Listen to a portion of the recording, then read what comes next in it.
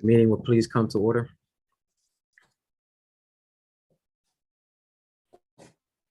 Just as a reminder for anyone who would like to sign up for any public comment, there is a Google form sign up link in the chat. Public comment will take place after all non-legislative business. I want to thank everyone for joining us this evening. Today is Thursday, February the 3rd. We will have opening prayer by Akira Granado. Heavenly Father, we have assembled to handle the affairs of our city. As we do so, we ask for your guidance and understanding. We pray that our city reaches a place of peace and safety. Keep us out of harm's way and bless those who are in authority. Let respect be key in all our endeavors. Amen. This time we will recite the Pledge of Allegiance. Pledge Pledge allegiance allegiance to the flag of the United States of America and to to the the republic for which it stands, one nation, under God, indivisible, indivisible, with liberty and justice for all. This time, if the clerk would please call the roll. Councilwoman Gray, Present. Councilwoman Darby, Present. Councilwoman Oliver, Present. Councilwoman Harley, Present. Councilwoman Fields, present. Councilwoman McCoy, Here. Councilman Johnson, Here. Councilman Field, Present. Councilwoman Cabrera, Present. Councilman Spadola, Present. Councilwoman Walsh. Walsh today has to be excused this evening. Thank you. President Congo. Here. Reading of the 11 present and minutes. 1 absent. Excuse me. Okay, sorry about that. Thank you. Yeah. Reading of the minutes of the previous meeting. January 20th, 2022, City Council met in regular session with remote participation on the above date at 6:30 p.m. President Ernest M. Congo II presiding. The opening prayer was done by Kira Granado, Deputy City Clerk. The Pledge of Allegiance was recited by City Council. The following members responded to the roll of the call. I move the minutes be accepted as written. Second. It's been properly moved in second that the minutes be accepted as written. On the question, all in favor signify by saying aye. Aye. Aye. Any opposed? Motion carried. This time we'll have our committee reports. January 13, 2022, President, members of Council, City of Wilmington, ladies and gentlemen, we your Community and Development and Urban Planning Committee, a virtual meeting with remote participation to whom was referred substitute number 1 to Ordinance 21056 entitled, an ordinance to create a down payment and settlement assistance program. I've given this. Move the committee report be received, recorded, and filed. I have to finish it. I'm sorry. Thank you. Have given this substitute ordinance careful study and recommend council vote on it accordingly. Respectfully submitted those members present: Councilwoman Cabrera, Councilman Field, Councilwoman McCoy, Councilwoman Fields, Councilman Spadola, Councilwoman Darby, and President Congo. Thank you. I move the committee report be received, recorded, and filed. Second. It's been properly moved and seconded that the committee report be received, recorded, and filed. On the question, all in favor signify by saying aye. Aye. Aye. Any opposed? Motion carried. January 13, 2022, ladies and gentlemen, we your Community Development and Urban Planning Committee by a virtual meeting with remote participation to was referred ordinance number 21061 entitled, an ordinance to amend chapter 2 of the City Code to codify the continuous existence of the Wilmington Neighborhood Conservancy Land Bank Corporation and to revise the membership of its boards of directors. Have given this ordinance careful study and recommend council vote on it accordingly. Respectfully submitted those members present: Councilwoman Cabrera, Councilman Field, Councilwoman McCoy, Councilwoman Fields, Councilman Spadola, Councilwoman Darby, and President Congo. I move the committee report be received, recorded, and filed. Second. It's been properly moved and seconded that committee report be received, recorded, and filed. On the question, all in favor signify by saying aye. Aye. Aye. Any opposed? Motion carried. This time we'll have our treasurer's report. February 3rd, 2022, total investment, $492,044,155.79. Total cash on hand, $11,679,607.94. Grand total, $503,723,763.73. Submitted by Dwayne Sims, City Treasurer. I move the treasurer's report be received, recorded, and filed. second,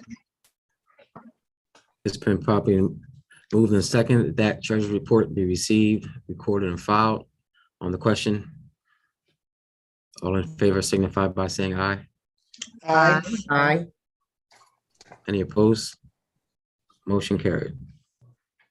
I'll accept the motion to accept all non-legislative business. So move. second, Second. It's been properly moved and second to accept all non-legislative business. On the question, all in favor signify by saying aye. aye, Any opposed? Motion carried. If any council members have any presentations, please raise your hand so I can recognize you. Councilwoman Darby. Yes, thank you, Council President. I have two recognitions for tonight. I am bringing them up now. The first one is for Miss Bernice White. I wanted to recognize her during this month for Black History Month. She is an outstanding community member and has contributed to, oh, there it goes. I'm trying to bring it up.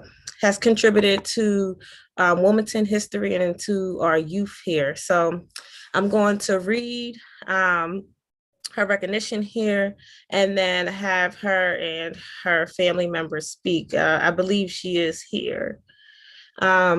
Whereas it is the sense of City Council to honor individuals who have demonstrated outstanding achievement and are deserving of recognition and acknowledgement.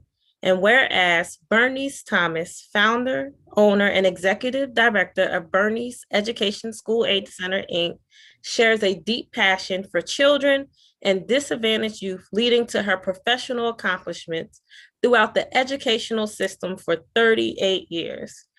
Prior to Bernice's professional journey, she received her bachelor's degree in elementary education and a master's degree in administration and supervision.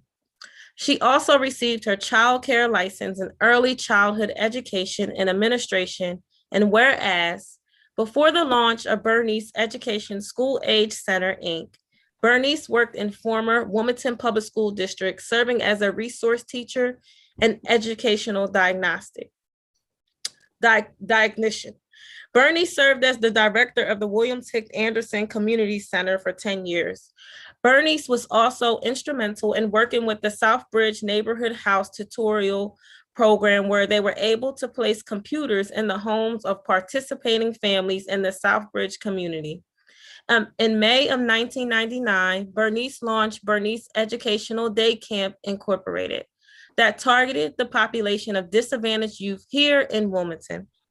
And whereas on January 12, 2013, through Bernice and her team's effort to create a safe and caring, fun, and positive learning environment for children, BESAC, which is the abbreviation for her child care center, was accepted into the Delaware Stars for Early Success, Quality Rating, and Improvement Program.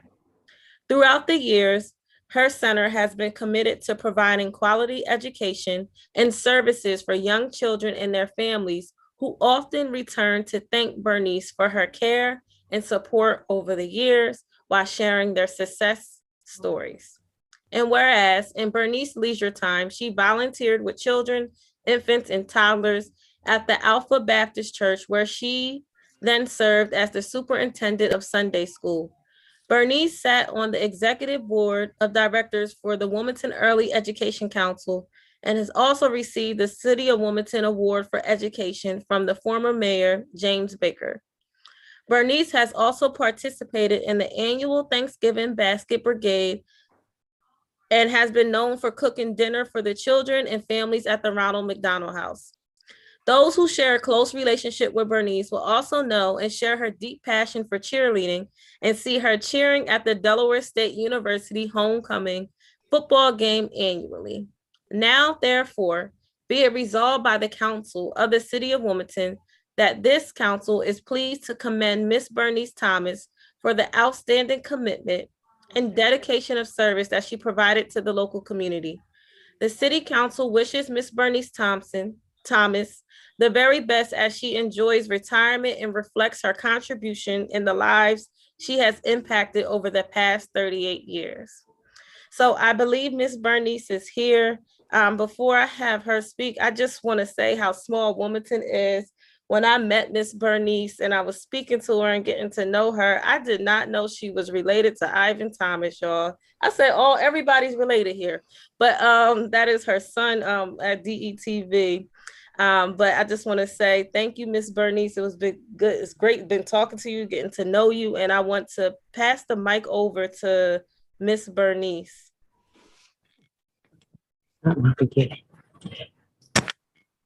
I want you all to know that I am so grateful for this opportunity. The City Council representative from District this day, when she sent me a note, the City Council wanted to recognize me. I was really excited. The nominees that have been nominated has been an inspiration to me and for many of those that have similar goals as I have. And I was very happy when I was contacted. I want to thank those that are tuning in during this pandemic to share this wonderful moment with me. It's unfortunately, however, how things are that the whole world has been interrupted. And we want to make sure that everybody do what they're supposed to do and wear their masks and wash their hands and do things to hurry and get rid of this.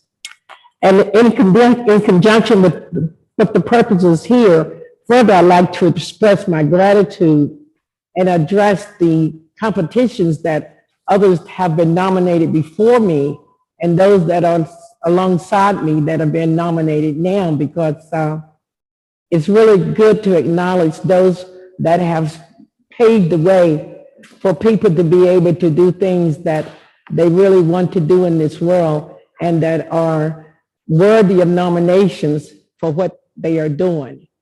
And moreover, these nominees have done a lot of things within the community to be able to make certain that the community is able to move forward. And we want to make certain that people are moving forward to do things as they need to do. And throughout my life, these nominees and others have inspired me to be able to do the things that I want to do.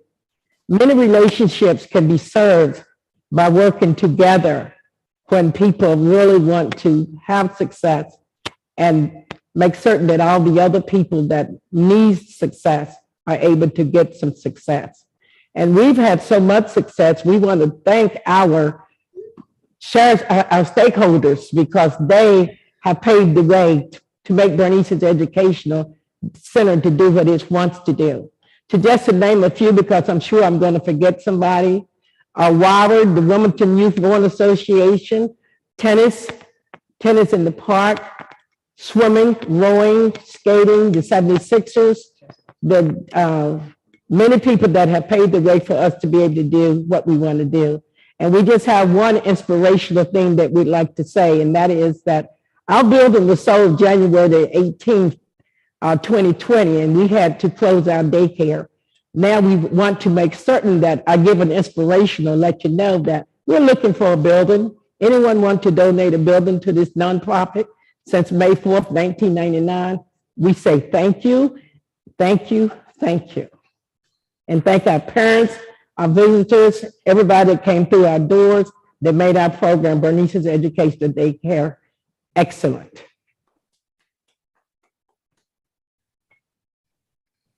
Yes, thank you. Council President, do we open it up for council members to make remarks now?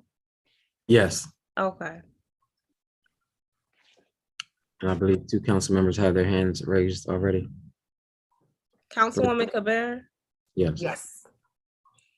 Well, I just want to say, and I don't know if Ms. Bernice remembers me or not, but even from the times that I worked for Mayor Sills, I just remember her daycare just always being out, the kids, the community engagement.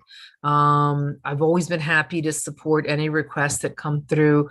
And I just want to thank you for shaping the minds of our future, our children. And I didn't know that you were Ivan's mama, but now I can see why he turned out to be such a good person because, you know, he's definitely kind and generous. And I do believe that that is what you're teaching your children. So all the alumni from Bernice's daycare, I'm sure they can vouch for what an amazing early childhood education you were able to provide. And just know that I personally, as well as I'm sure the rest of the council here, we're here to support you along the way. So please feel free to give us a call if you should need anything. Thank you. That's Councilwoman Oliver. Thank you, President Congo. Yes, this is always a pleasure. Ms. Thomas has received so many awards, numerous, hundreds, but it's always a pleasure to see her every time. We are like family. Her daughter and I, we just go way back. So I'm not going to repeat or, tie up time, but I just want to tell you both, I love you. It's always a pleasure seeing you, and congratulations again. Thank you. Councilwoman Fields. Yes, I just want to say congratulations, Miss Thomas. You are my heart. I love you. And I know that you were a great educator, and I know you're still doing what you do out in the community. But I have to say, for those who didn't know that was Ivan's mother, I did. So when I will always say, I'm going to tell on you because I know your mom. But I can remember days when my mom would be having a program at Hicks, and she would call Miss Bernice, and without any hesitation, she would bring her girls down there to cheerlead or step or whatever my mom had asked her to do. So she does not feel like it's robbery to give back to the community. And Miss Bernice, I love you, and I just wish you the best. And I see you smiling, and I wish I could just hug you. But congratulations to you. God bless you, and I love you. You know where I'm at. Congratulations again. Yes. All right, thank you. Also, congratulations, Miss Bernice. You have been knowing me since I was probably before I was even born, but thank you for everything that you have done for our children, especially those on the West Side. I just know that you go extremely hard for your children, not only the ones who you gave birth to, but the ones who you helped raise. So thank you so much. You're over there looking gorgeous and beautiful. But just thank you for just being yourself and raising just a community and helping us to realize the importance of giving back. Thank you so much, Ms. Bernice. You're welcome, Keisha. Councilwoman Darby, back to you. Yeah, so again, thank you, Ms. Bernice. Thank you guys for all the kind remarks. Educators are like the backbone to our community. They are building the minds up to the people who are going to run our city one day. So you are important and needed, and you are paving the way and the ground for people like me and our younger generation. So thank you again, Ms. Bernice.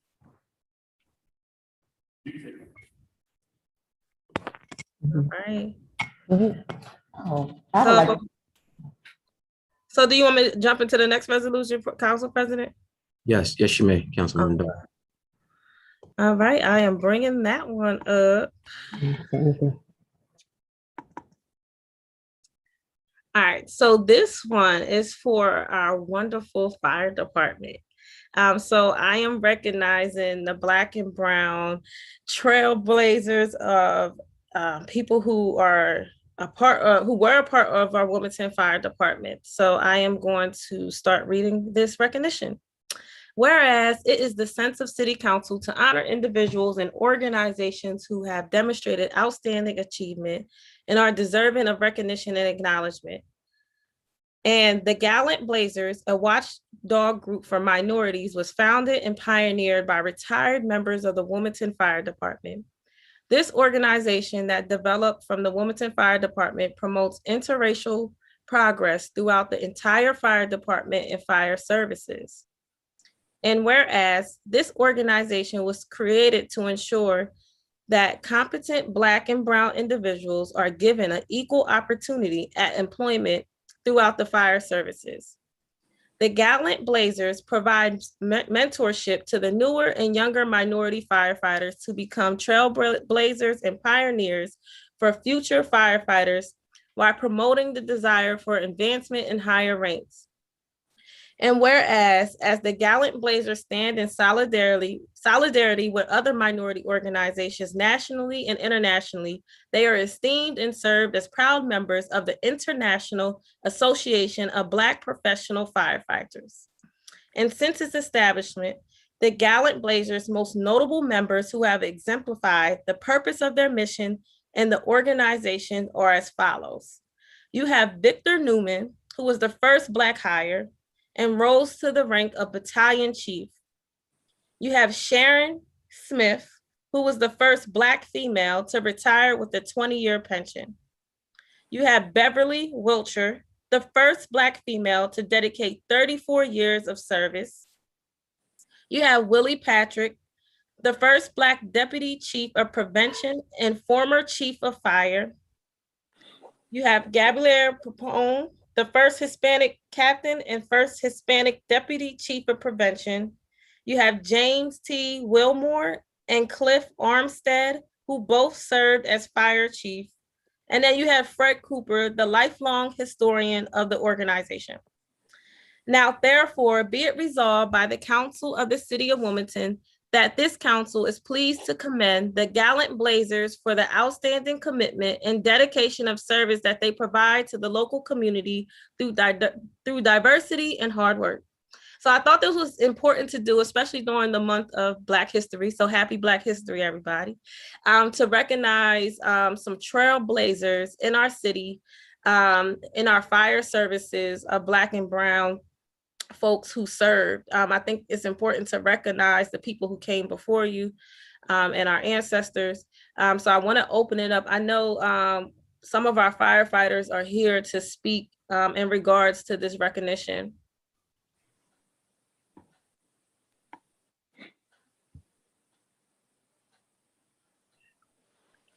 Councilwoman Darby, do you want the Gallant Blazers to speak at this time? Yeah, Okay. I think they're here. I see some of them. Hello. Hello. Can Yes, you we hear me? can. Yes, Can you? yes. Hey, hi. All right. Hello, everybody. My name is Demetrius Todd. I'm the president of the Gallant Blazers. My executive board is Corey Furrow. He's our vice president. Lawrence Hines, he's our secretary. Brandon Howe, he's our treasurer. And Anel Collins is our sergeant at arms. I just wanted to take a quick moment to say on behalf of the executive board and all of the Blazer members, past and present, we just want to publicly thank Councilwoman Shanae Darby Bay for recognizing the hard work and commitment that we pour into our community. It's been a real long time coming, and we work extremely hard and been working hard to reintroduce ourselves to the international, regional, and local Wilmington community. I know that the proclamation that Councilwoman Bay just read mentioned some names, but I would be remiss if I didn't mention our founders, some of our founders, such as Brother Hooten, A. Pearson, Davy Allen, and it's many more. So if I forgot somebody, charge it to my mind, not my heart, because it's not intentional. I guess I'll close by saying that we look forward to continue being intentional and impactful in the lives of Wilmingtonians and firefighters within the Wilmington Fire Department. And we're just so appreciative for the proclamation. Thank you very much. All right, thank you. Councilwoman Oliver. Yeah, thank you, Mr. President. First, I'd like to give kudos to Councilwoman Gray. Great resolution for overdue, well-deserved group. And I do know some of the members that are Gallant Blazers. And to Mr. Demetrius, Congratulations to all y'all and Mr. Patrick and the whole group. And y'all just keep up the good work. And it's a pleasure just to see y'all being honored this month. Thank you so much. Thank you, Councilwoman McCoy. Thank you, Mr. President. I just would like to, I would just like to say congratulations. Also, it has been a wonderful experience getting a chance to meet as many of the firefighters as I have, but I know there's still quite a few stations that I haven't gotten a chance to visit. Getting a chance to meet Mr. Victor Newman was a great pleasure at the 100th year celebration. And it was actually funny to me because I already heard so many great things about him because I used to work with his son and I had never put two and two together. So I just want to say thank you again to Demetrius, to Craig, to Corey. Those are the ones who've always been around so frequently and always kind of like try to keep me informed about whatever's going on with the firefighters. So I say thank you again. I really appreciate you guys. Thank you, Councilwoman Cabrera. Thank you, Mr. President. I too want to echo what my colleagues have shared. I do want to mention that I was part of the Sills administration when that history was made, when Chief Gilmore, and at that time it was Deputy Chief Armstead.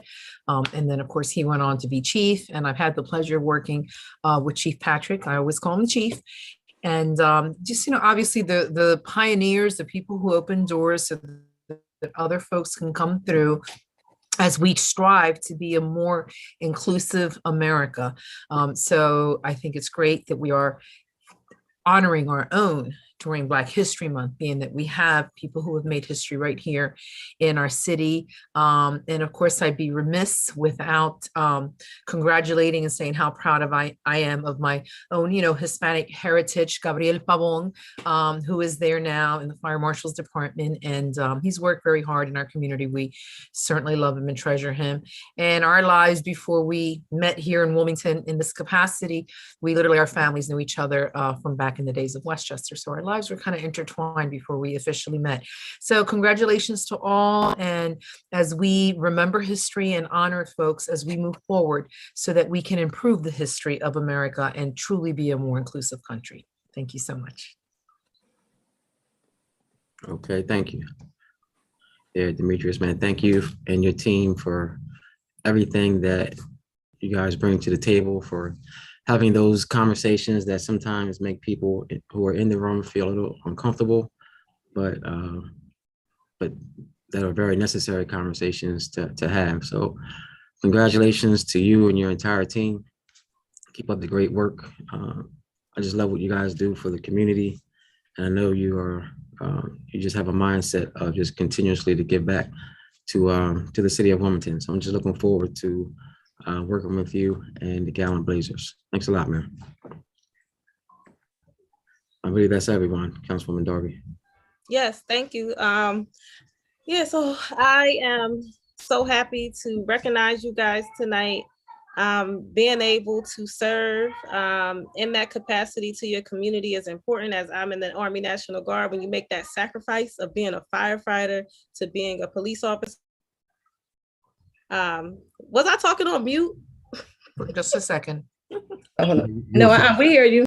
Okay. I thought I was on mute, but yeah, to provide service to your community and to be a Black or brown person in those seats is a very special, complicated, unique thing when you're serving your country with all of the issues that we have with racial things and still being dedicated to your community and to your country. So thank you guys for your service.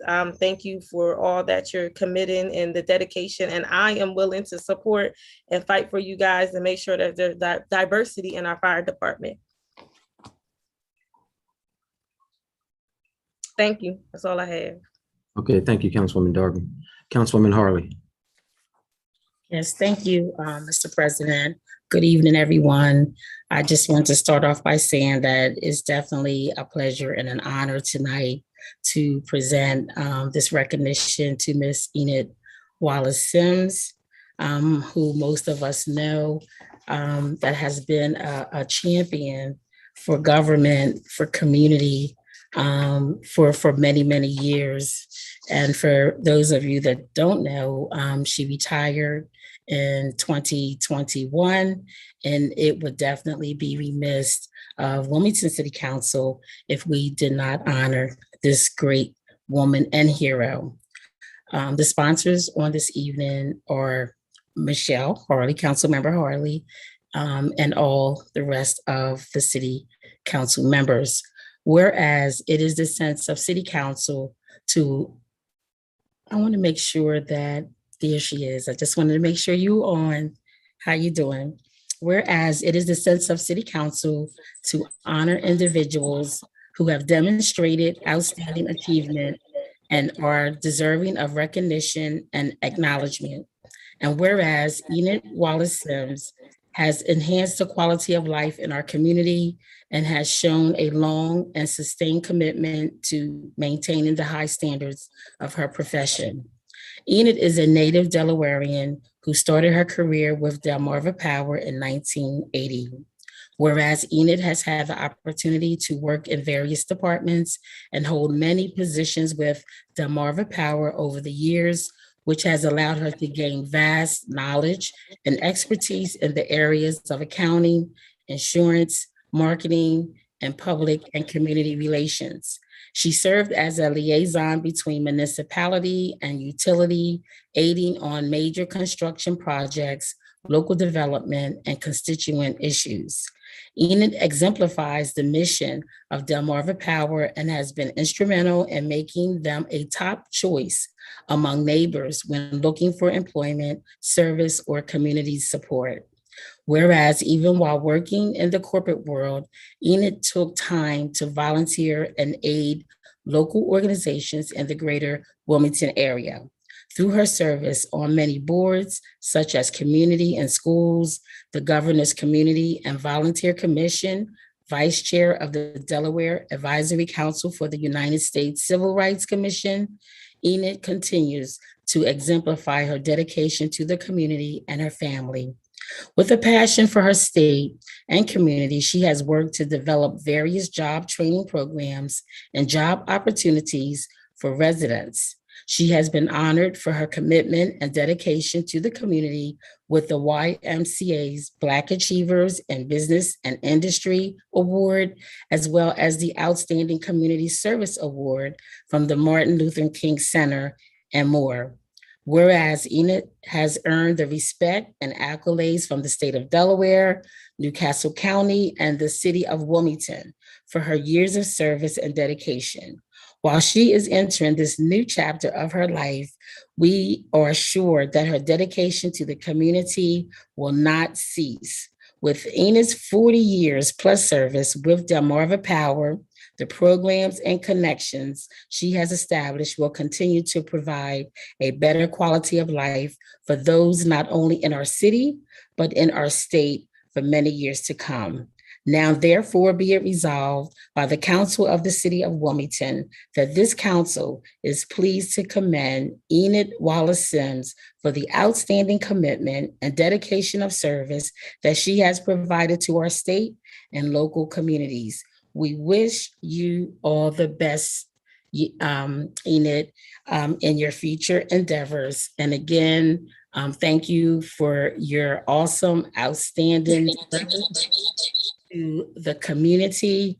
And as I share with you personally, you have always been friendly, you've always been fair, and you have always been firm, a perfect balance as a community leader. So thank you once again for your service and congratulations on your retirement.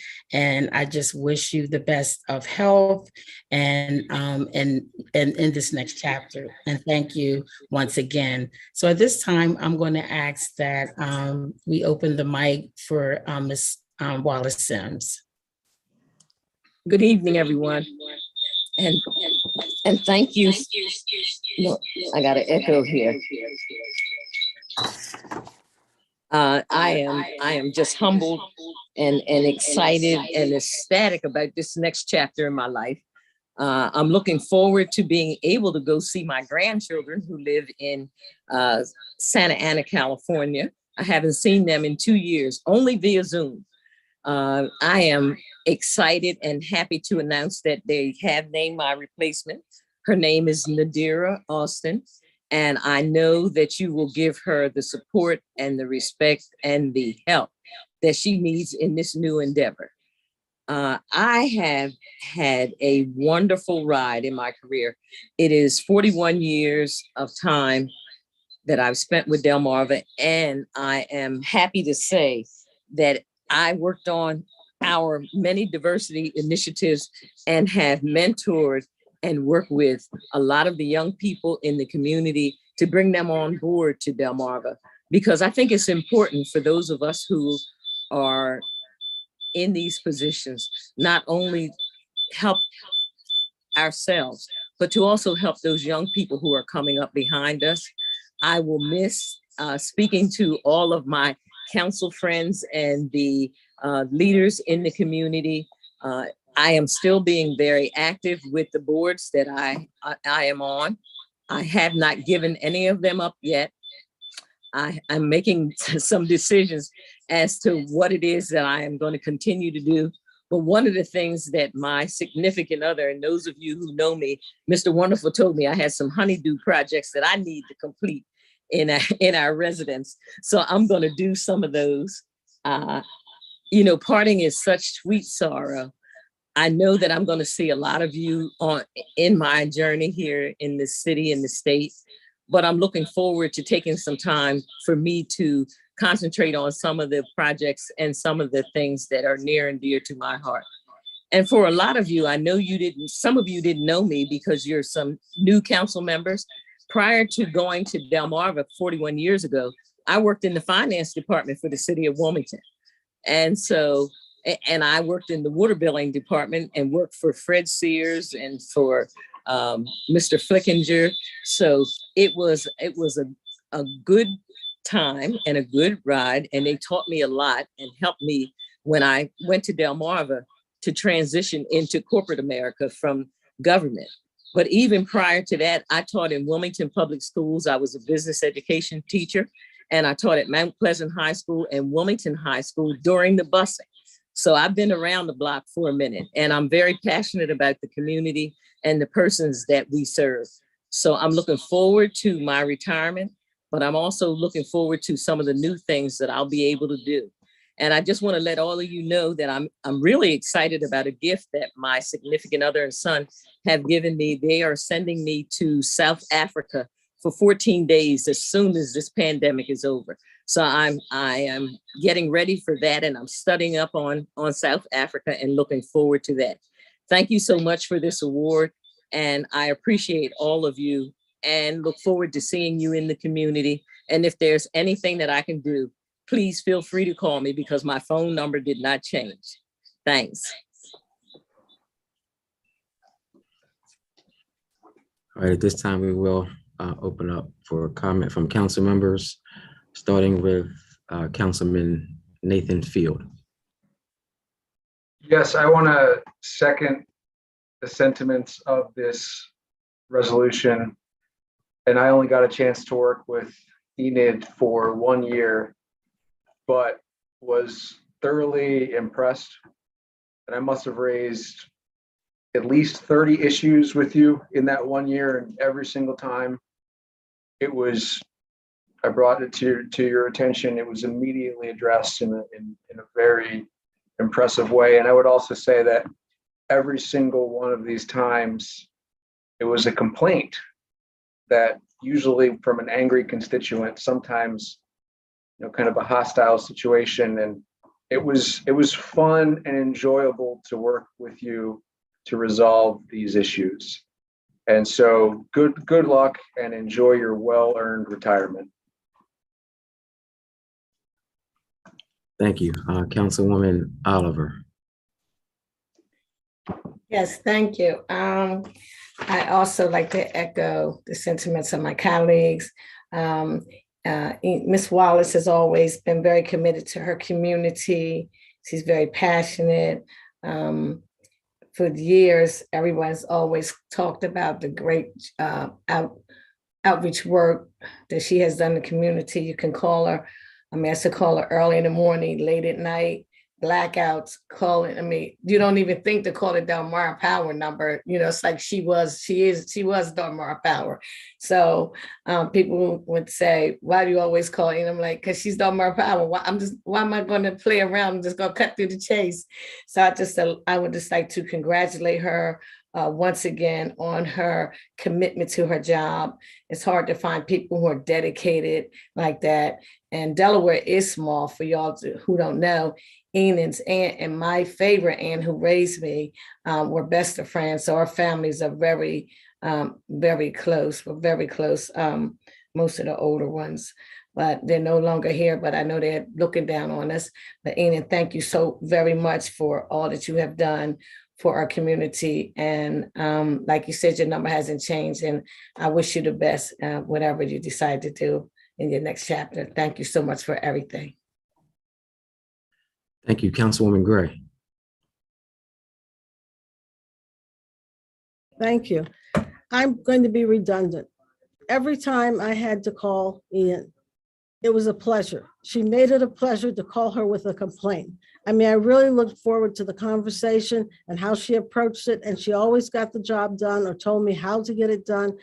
We're going to miss you, really. At least I'm going to miss you. But good luck, and I'm jealous about your trip to South Africa, so enjoy your retirement. Bye. Thank you. Councilwoman Fields. Yes, Miss Enid, I would just like to say congratulations on your retirement.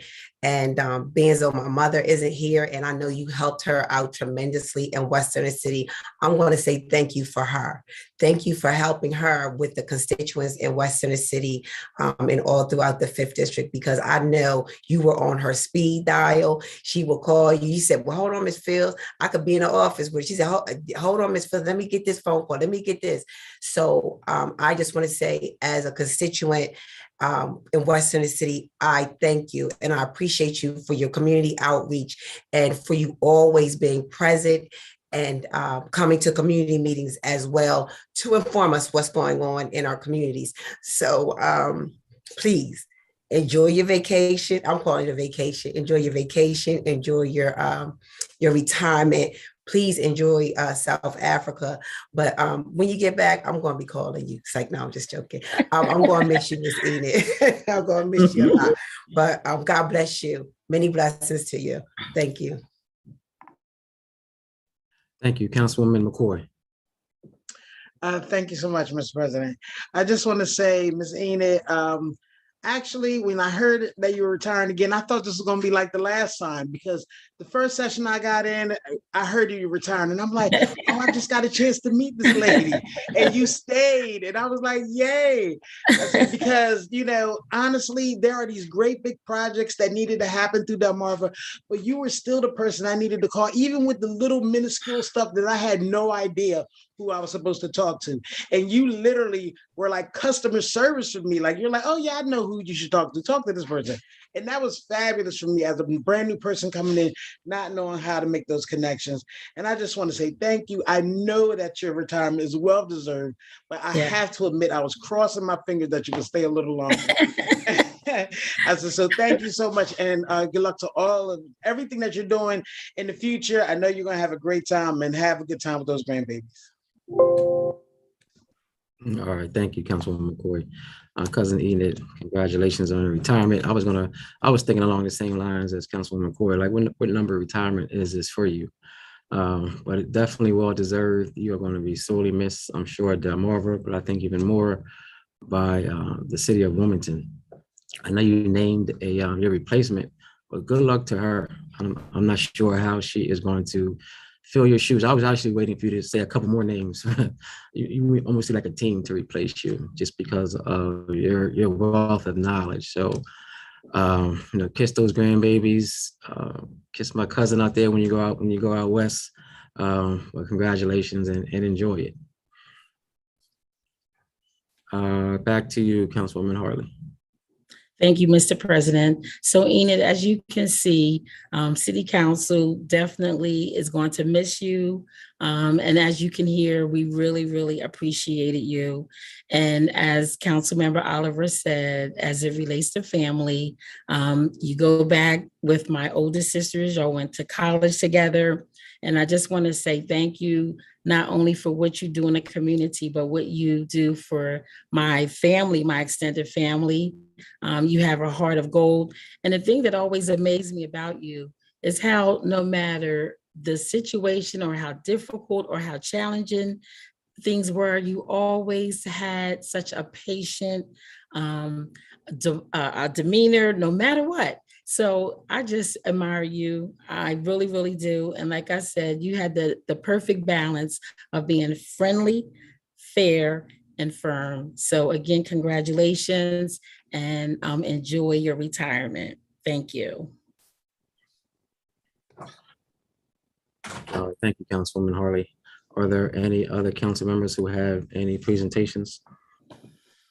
If not, I will move with mine. This is coming from, regrettably, coming from all of City Council.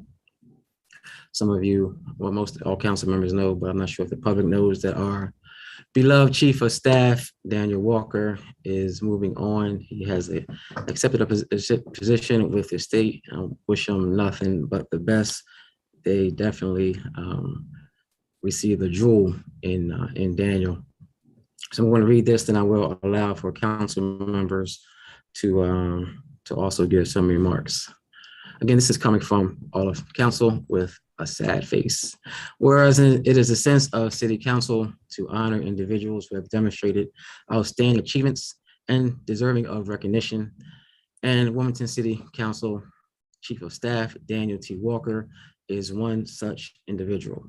And whereas Daniel's governmental career began in 2014, where he interned for Senator Christopher Coon's 2014 re-election campaign.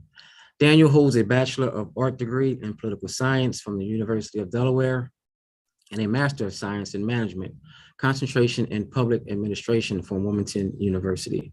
Daniel is a native Delawarean, born in Kent County. After graduation, Daniel decided to make Wilmington his home.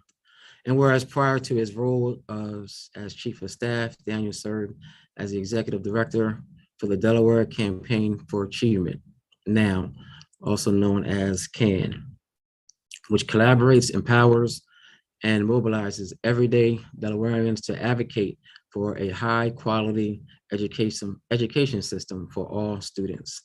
Whereas before joining CAN, Daniel was a special assistant for Congresswoman Lisa Blunt Rochester's congressional campaign, which engaged voters to vote and to be involved with their communities.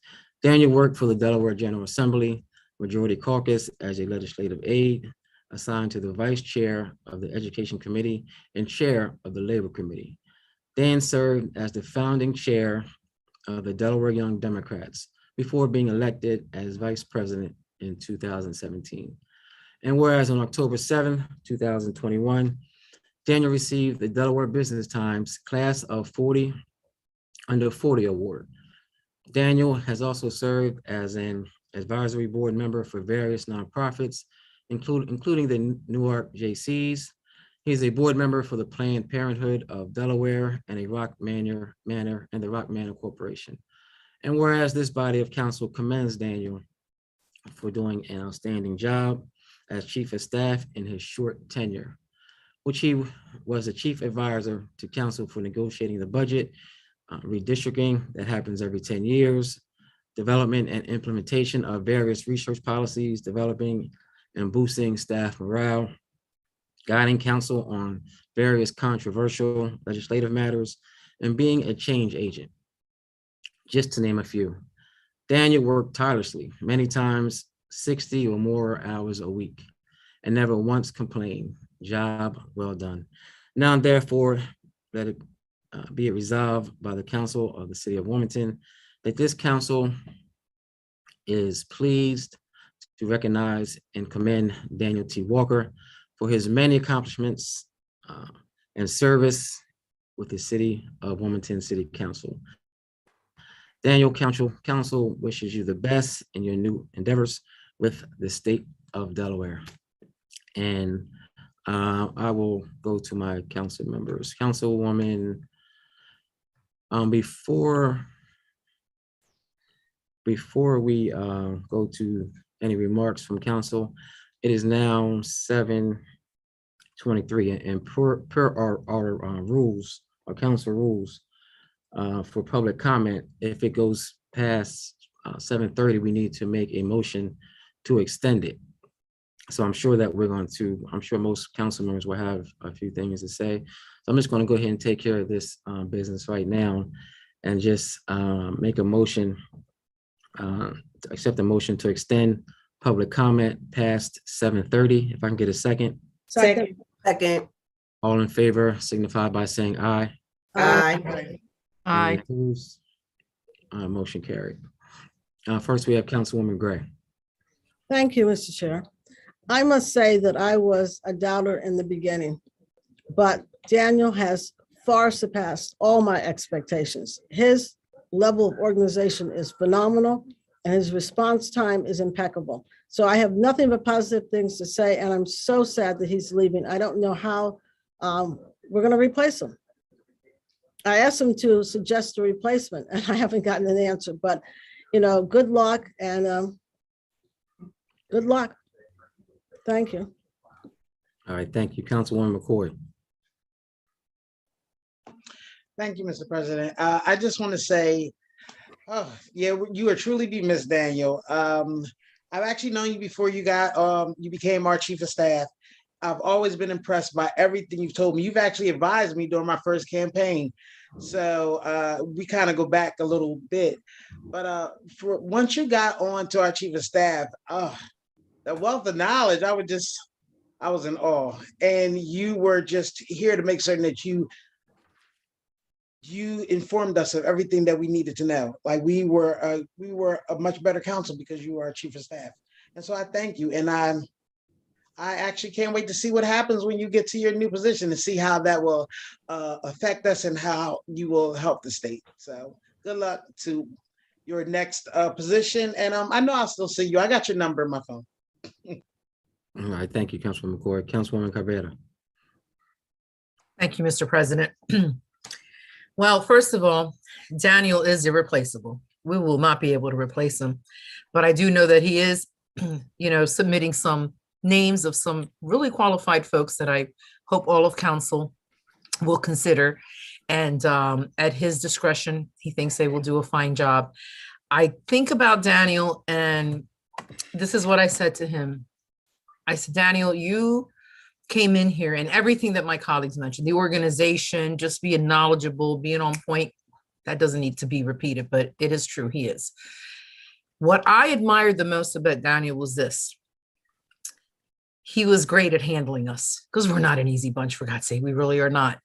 And through our ups and our downs and our frustrations and the legislation and just the things that happen to us as council members and the degree of stress in our lives, Daniel just knew how to keep us in check and calm. He handled us without us knowing we were being handled. That's what I love. That was the best gift he had most of all, because I know I'm not an easy cookie. So for that, I am thankful. And I also will say this about Daniel that people should know: his level of discretion, immense. Never once did Daniel ever share any information that anyone may have in frustration mouthed off to him the same way I would, when I was frustrated about stuff. And I love that because it's so hard to find people that have that indiscretion and that discretion, and that they don't try to stir stuff up. So many people love drama, and he was all about keeping us on point, in order, making this city council look good by his level of professionalism and knowledge. For that, I thank him. And as Councilwoman McCoy said, we will now have an ally in the state, in the Department of Health, the second largest department. And it's going to be amazing, the things that we can do when it comes to issues that affect health, even health insurance accessibility in our community, and even minority contracting. because his department, he will be overseeing that so we can get more minorities to do business with the state. So I'm expecting great things. And I'm so thankful to have had this time with you, Daniel. Thank you.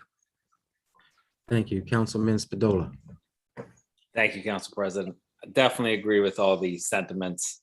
But Daniel, my last request to you, Mr. Walker, is to get your new boss to allow you to put in for the council vacancy, because we'd love to have you on council. And you are quite literally the only person in the city that could probably get voted in 12-0. So, let's see if we can get that done. But you will be missed, Daniel. And I owe you that beer. Thank you. Thank you, Councilman Johnson. Yes, Daniel, I can't add anything more to what's been said. I think just your patience, your diligence, your work ethic, everything my fellow colleague said, you are that.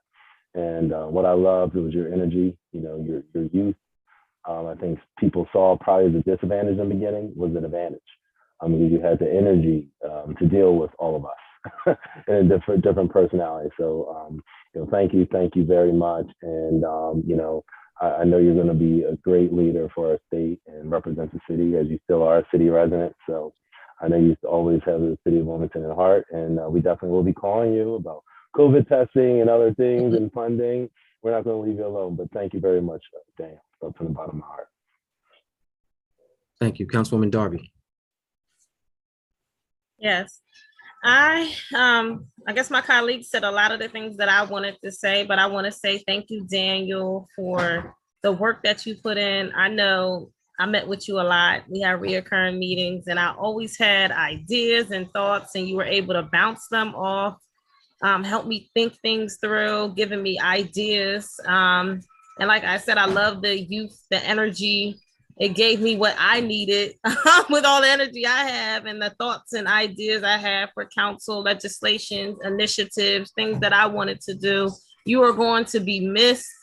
The next person has some shoes to fill, okay? Because I'm expecting them to be like you or better. So thank you, Daniel, and we'll see you. So it's not like the end. And like they said, we have now an ally on another level of government and a different department. So we'll definitely be in contact and talking still. So thank you, Daniel. And we appreciate you. I'm going to miss you. Thank you, Councilwoman Fields. Yes, thank you. I just want to say congratulations, Daniel, on your new position. You are truly going to be missed, just like the rest of my colleagues said. And everything that they said, that's just exactly how I feel. But I think Maria said the best word for me, which was you were our handler, because you handled me. And I think that was the thing that helped me become a better council member, because you helped me learn different things that I had no clue about. You were there to make sure I knew about certain pieces of legislation, resolutions, so on and so forth. So you are really a prize, and we had you, and now we're losing you. But I wish you all the best. You're a young man, you're very vibrant, and you will do well in whatever you do. I just know that, like all the rest of my colleagues, we will be calling you. And it's going to be really hard to fill your shoes, because like Councilwoman Darby said, we're going to be looking for that person to do exactly what you did for us. And we know that's going to be hard, but we appreciate the time that you did spend with us at City Council. And again, congratulations. And I truly wish you the best. Thank you, Daniel, for handling me when I needed. All right, thank you. Councilwoman Harley. Yes, thank you, Council President. Everything pretty much have really already been said, but I just want to say I remember meeting Daniel when I ran in my first term. For those of you that don't know, Daniel actually was one of the facilitators teaching and helping candidates that wanted to run for office. So that's where I first met Daniel. And from that point on, I knew who Daniel was as a facilitator and in training. And so when I learned that Daniel was being considered as a chief of staff. It was no question in my mind who I wanted to support.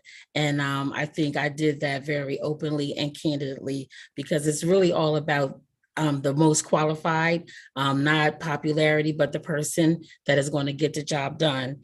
And most certainly, Daniel came hitting the floor running.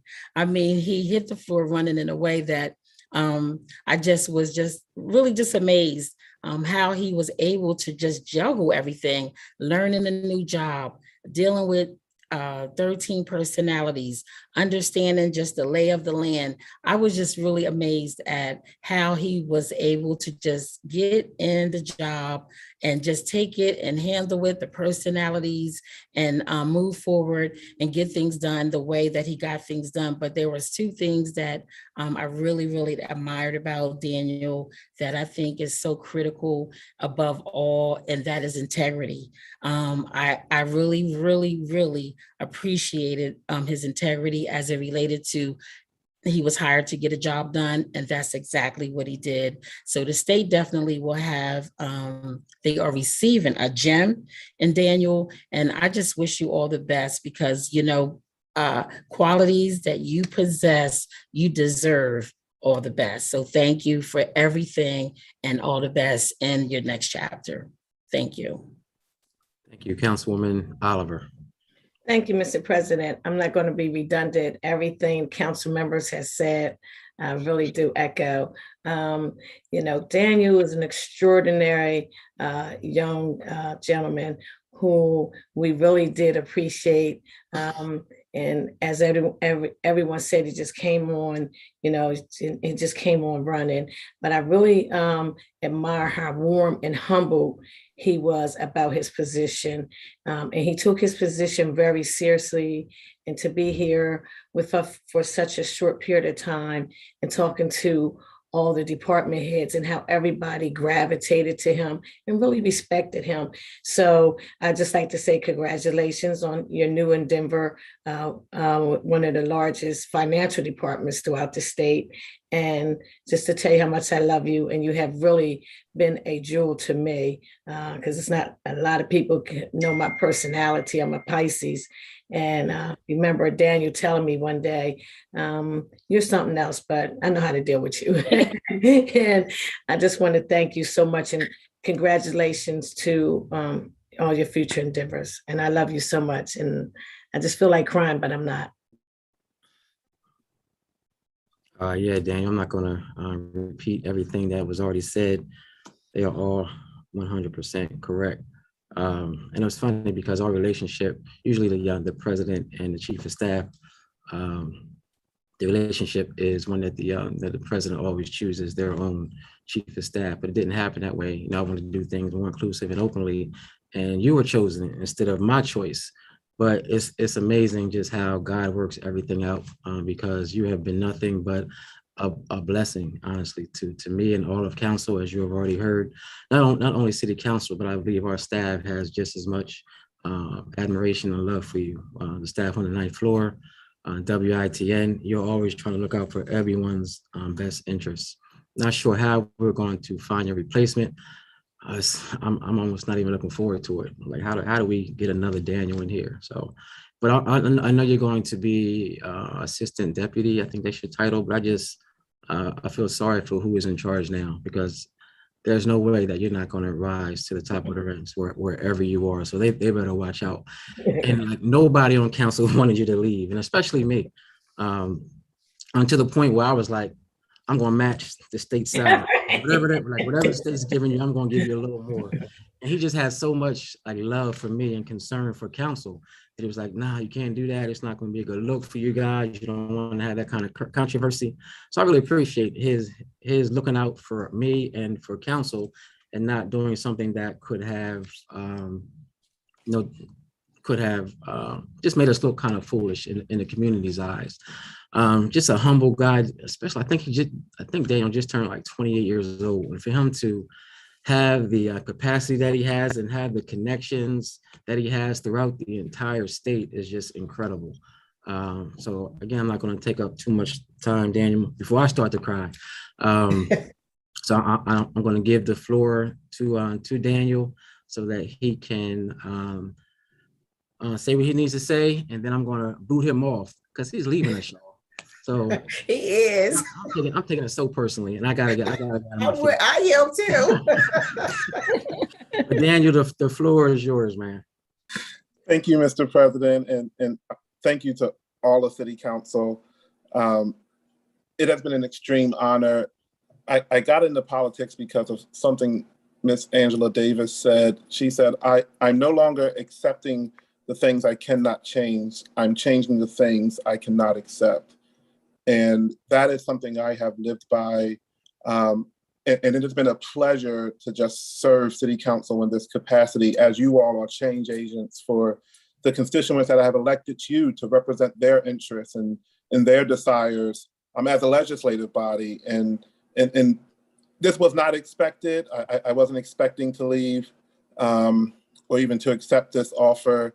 But you know, the position is going to be one in which there can be a greater focus on how the Department of Health and Social Services streamlines the work and the client services that are offered, how we can improve the delivery model of our benefits to citizens and residents across Delaware, but specifically in our most underserved populations.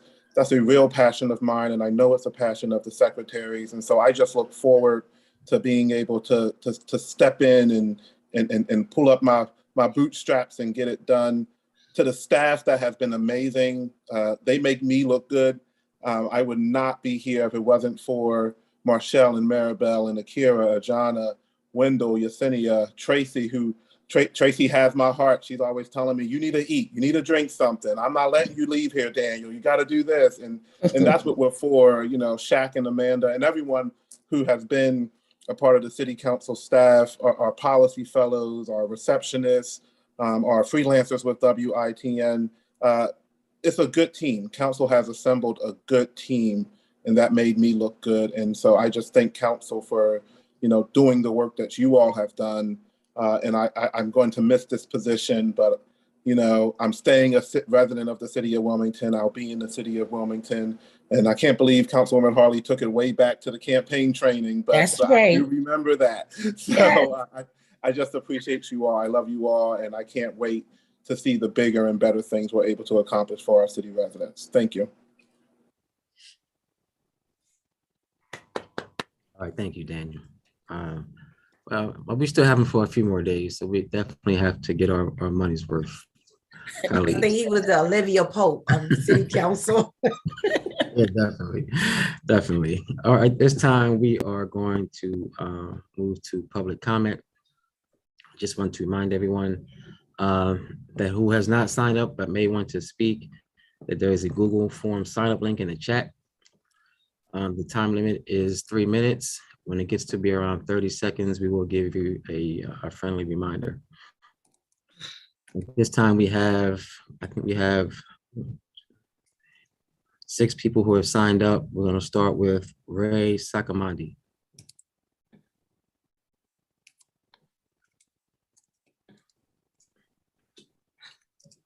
I see, Mr. President, I see an Allison Sakamani in there. Would Ray happen to be under that name? Could you raise your hand? Yes. Okay. Okay, Allison Sakamandi. All right, thank you for joining us. Yes, hi, thank you. Can you hear me, everybody? Yes, we can hear you. Yes. I jumped on the wife's computer. I'm calling this evening about the proposed legislation for the Land Bank Board. I just wanted to thank the sponsors and co-sponsors of the proposed legislation.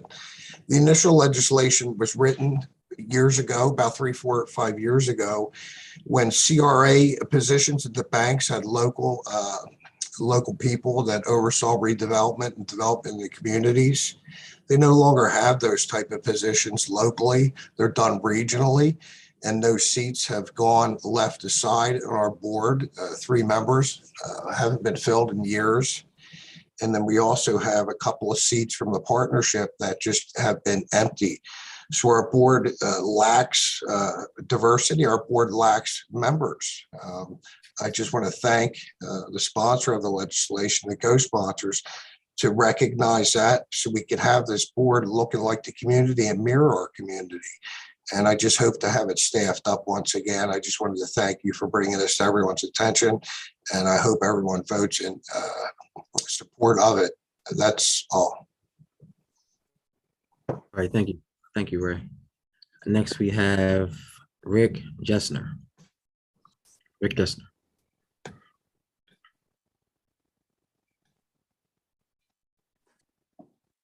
Mr. President and council members, I serve as the volunteer chairman of the Land Bank.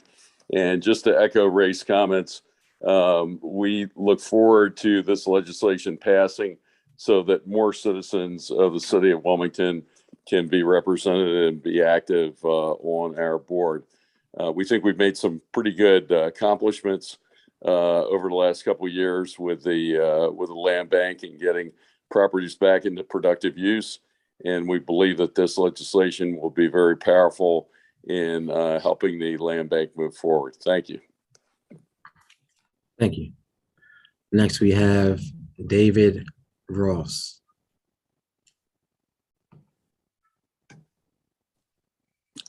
Good evening, Mr. President. Good evening, Council. Thank you for allowing me to speak on behalf of the Land Bank. And I also I echo the sentiments of the two gentlemen, Rick Geisner and Ray Sacramenti, that I speak in favor of the change in the Board of Directors for the Land Bank. Secondly, I'm speaking on behalf and support of the legislation that's been presented for the police department. I'm in favor for that legislation because I think it's necessary for us as citizens, as well as for the council, to realize the ultimate use of our police department. Thank you. Thank you. Is Marsha Walters still with us?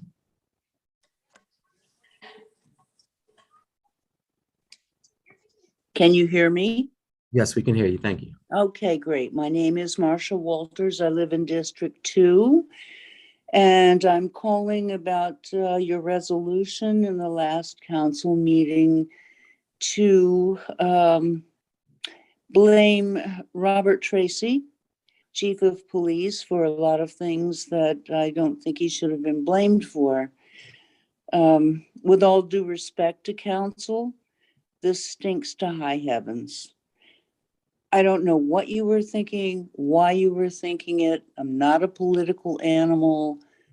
I don't know about your personal or professional agendas, but Robert Tracy is one of the finest people we've ever had move to our city. And I, as well as many other people, are deeply offended that you would criticize him in the way that you have.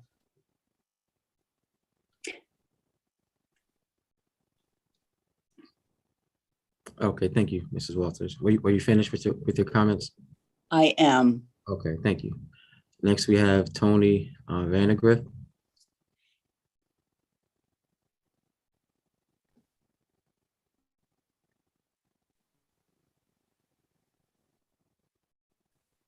Hello. I too am very mystified about the resolution. I have more questions than I do comments to make. I want to know what the urgency of this resolution was, why it was put in front of the council shortly, a few weeks ago, without proper amount of time for people to review it. What are the motivations behind this sudden need for a resolution? Where is some kind of documentation that you can present to the public about why you felt it was necessary? I read somewhere that, quote, they haven't given us the Citizens Complaint Review Board. Can you present that? Can you give us a list of times that you reached out to Chief Tracy and asked to have a conversation with him? I've lived in the city for 40 years. I've seen the city go through ups and downs. I have never been more impressed with anybody serving public office or any kind of public position as I am with Chief Tracy. I think he's as outstanding for this position, and I think we are extremely fortunate to have him. So I was really shocked to see the email come through a couple weeks ago saying that this resolution had been put forward. And I was utterly shocked that the council members, not all of them, had time to prepare to really understand what was being put in front of them. So I would like some answers. One of the complaints I hear that you all were making that did sign for the resolution was a lack of transparency. And this is very muddy. This is very, very muddy. So this meeting started out with a prayer that we respect each other. And I feel extremely disrespected as a citizen of this community for 40 years when I have waited for almost, an hour and a half to have my 3 minutes with an agenda that didn't give me a time frame when to expect. I'm in the middle of work right now. So I had to take the time out. I'm glad to have the opportunity, but I don't feel respected about how this resolution was taken. I don't feel respected that you didn't give information about why it was needed. So talk about transparency. Let's get some on the table, please. Educate us why you needed to do this. Thank you. Okay, thank you. Next, we have Jennifer Candelaria. I'm gonna mispronounce your last name, I'm sorry. Jennifer Candelaria from the 4th District.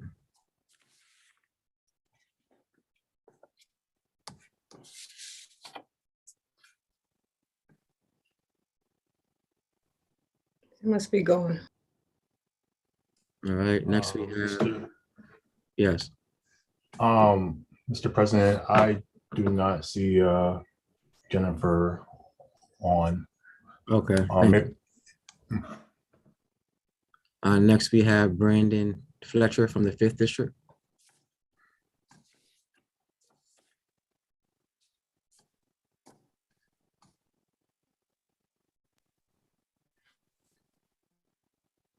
Mr. President, it looked like Brandon left the, there he is, hold on.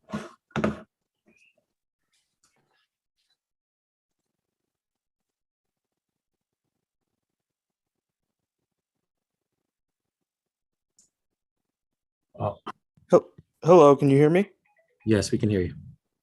Thank you, Council President Congo and City Council members. I am giving public comment today to speak in support of the ordinance to create a down payment and settlement assistance program. I would like to thank the sponsor, Councilwoman Gray, for introducing this legislation as something that I believe is really necessary for the city and the state to invest in homeowners, to invest in the people to become homeowners who typically can't afford to cover the down payment requirements, which go upwards to $20,000 for houses of that price valued for. And so I think this is a great piece of legislation that could help lift up a lot of renters who are spending more on rent monthly than they could be becoming homeowners, even though they qualify, but just can't afford to come up with those costs associated with the down payment. I also think that this is connected to another ordinance being introduced, the resolution to study reparations for the city of Wilmington. I think that is something that also should be considered when voting to support this legislation. If we think about centuries of racist land and housing policy that the United States has never addressed, the brutality and removal and slavery of natives and African people, and that our housing and land ownership systems still remain deeply racialized. I think that in order to provide a measure of redress for the physical and economic violence that our government and private actors have perpetuated through the housing market, is something that a reparative framework by calculating the losses of Black and Brown families as a consequence of all of those issues, such as wealth denied via redlining, deed restrictions, urban renewal, and that our communities, Indigenous, Latino, Black communities, still feel the acute effects of this history. So I just want to ask the council members who aren't already sponsors and co-sponsors of this legislation to vote for both the reparations and for the down payment and settlement costs legislation. Thank you. All right, thank you. Next, we have Linda Jennings.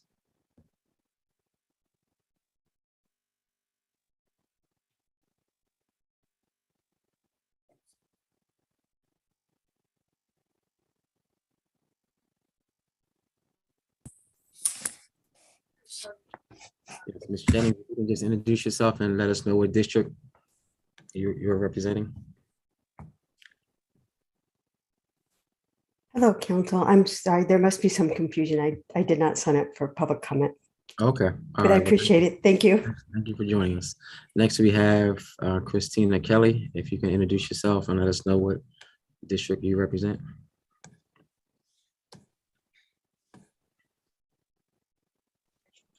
Hi, thank you, Council President and Council members for an opportunity to speak. My name is Christina Kelly, and I am a small business owner in the 2nd District. I am grateful for the opportunity to speak tonight. I was not planning to speak, so I apologize. It's not as eloquent as normal, but I did want to address, okay, let me fix that. I wanted to show my support for council members in passing the resolution, showing a vote of no confidence. And the reason why I wanted to do that is because I feel like you guys are kind of taking attacks right now from a lot of people who have read a news article and just rolled with the information in that news article rather than bothering to do the research themselves. And see, as somebody that takes time out of my busy schedule as a business owner and a single mother of 4, week after week after week, to be present for every single meeting, public safety, all of them, I understand why there was a need for this resolution, because I've heard the answers, the lack thereof, from Chief Tracy meeting after meeting after meeting. So I wanted to come on and just show my support. I wanted to thank you guys for making a decision that is difficult and controversial. I understand, but it is in line with what the majority of the residents in this city who are paying attention actually want. We want change. We want a consultant to come in, an unbiased individual to come in and review the policies and procedures. That's it. Doesn't sound very difficult to me. Doesn't sound very difficult to most people that actually paid attention and read what this was. But I just, again, wanted to show my support for you guys. I wanted to thank you guys for that vote. I wanted to thank you guys for going, with the less than popular. And I wanted to thank you guys for standing up for us, for the people in this city. Not just the people in this city, but the people on our police force. When they have to come into work and see a trophy on one of their coworkers' desks that says whitest Black person award. Can you imagine what that kind of work environment would feel like day after day?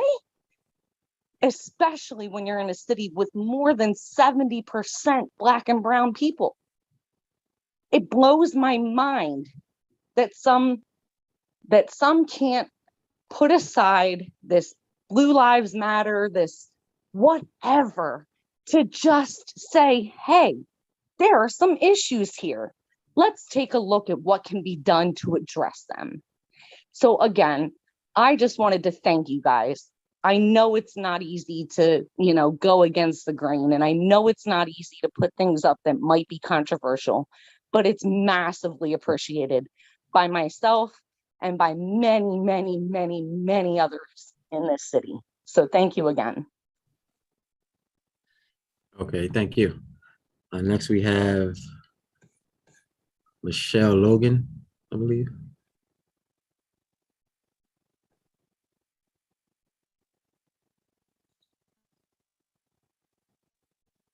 Michelle Logan,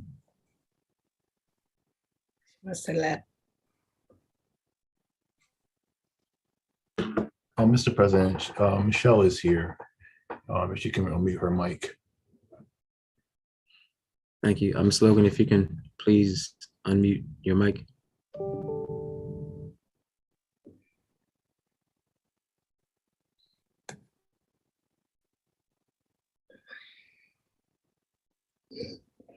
Michelle Logan, if you can, okay, there we go. Thank you. Thank you. I'm sorry, I had technical difficulties, but I really appreciate everyone's input and thoughts, and I do appreciate everyone's insight and the involvement in our community. I especially appreciate Chief Tracy, and I want to state that I do believe that there has been a misservice to his ability to serve our community and to stand up for all the people within our community, white, black, red, white, whatever your color is. I don't think it's important to bring forward color. I do think it's important to bring forward the ability to serve and the ability to serve in a proper manner. And I think we also need to recognize that this is not just a Wilmington issue. This is a nationwide issue in recruitment. So if the whole point is that we cannot recruit certain people, we all need to look to ourselves to understand why that is. And as I just wanted to bring that forward, this is not specific to Wilmington. And also recognizing Chief Tracy's amazing ability to be on call 24/7 all the time for everyone in our community. And I just wanted to voice a support towards Chief Tracy, the entire police department, the fire department, all of our people that are there to rescue us every single day. And I just wanted to voice that and really very passionate about it. So I just wanted to thank everyone for your time, and I appreciate your service to our community. Thank you. Okay, thank you. And we just would like to thank everyone who has joined us virtually, and especially those who have signed up for public comment. We want to encourage our community to continue to tune into our council meetings and our committee meetings and continue to engage and give comment whenever it's possible. Thank you so much. At this time, we are going to, I don't believe there are any more public comments. Okay, thank you, WITN. At this time, we are going to move to legislative business. Councilmember Gray. Yes, Mr. President, I have an ordinance to present and call for the third and final reading. Ordinance 21-056, Agenda 0112, an ordinance to create a down payment and settlement assistance program. I have a substitute to present in lieu of that ordinance. Substitute number 1 to ordinance number 21-056, revision 1 to agenda 0112, an ordinance to amend chapter 8 of the city code to create a down payment and settlement assistance program.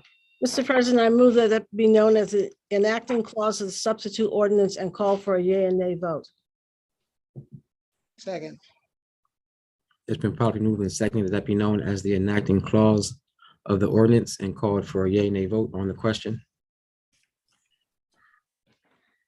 This is a down payment assistance program that is being administered by the city through the Department of Real Estate and Housing. It fits with the mayor's news release that he did this month, supporting residential development and stabilization of the city neighborhoods. So this program goes along with his projects and his desire for the city going forward. There was a really spirited and good discussion during the committee meeting, and a lot of this was explained.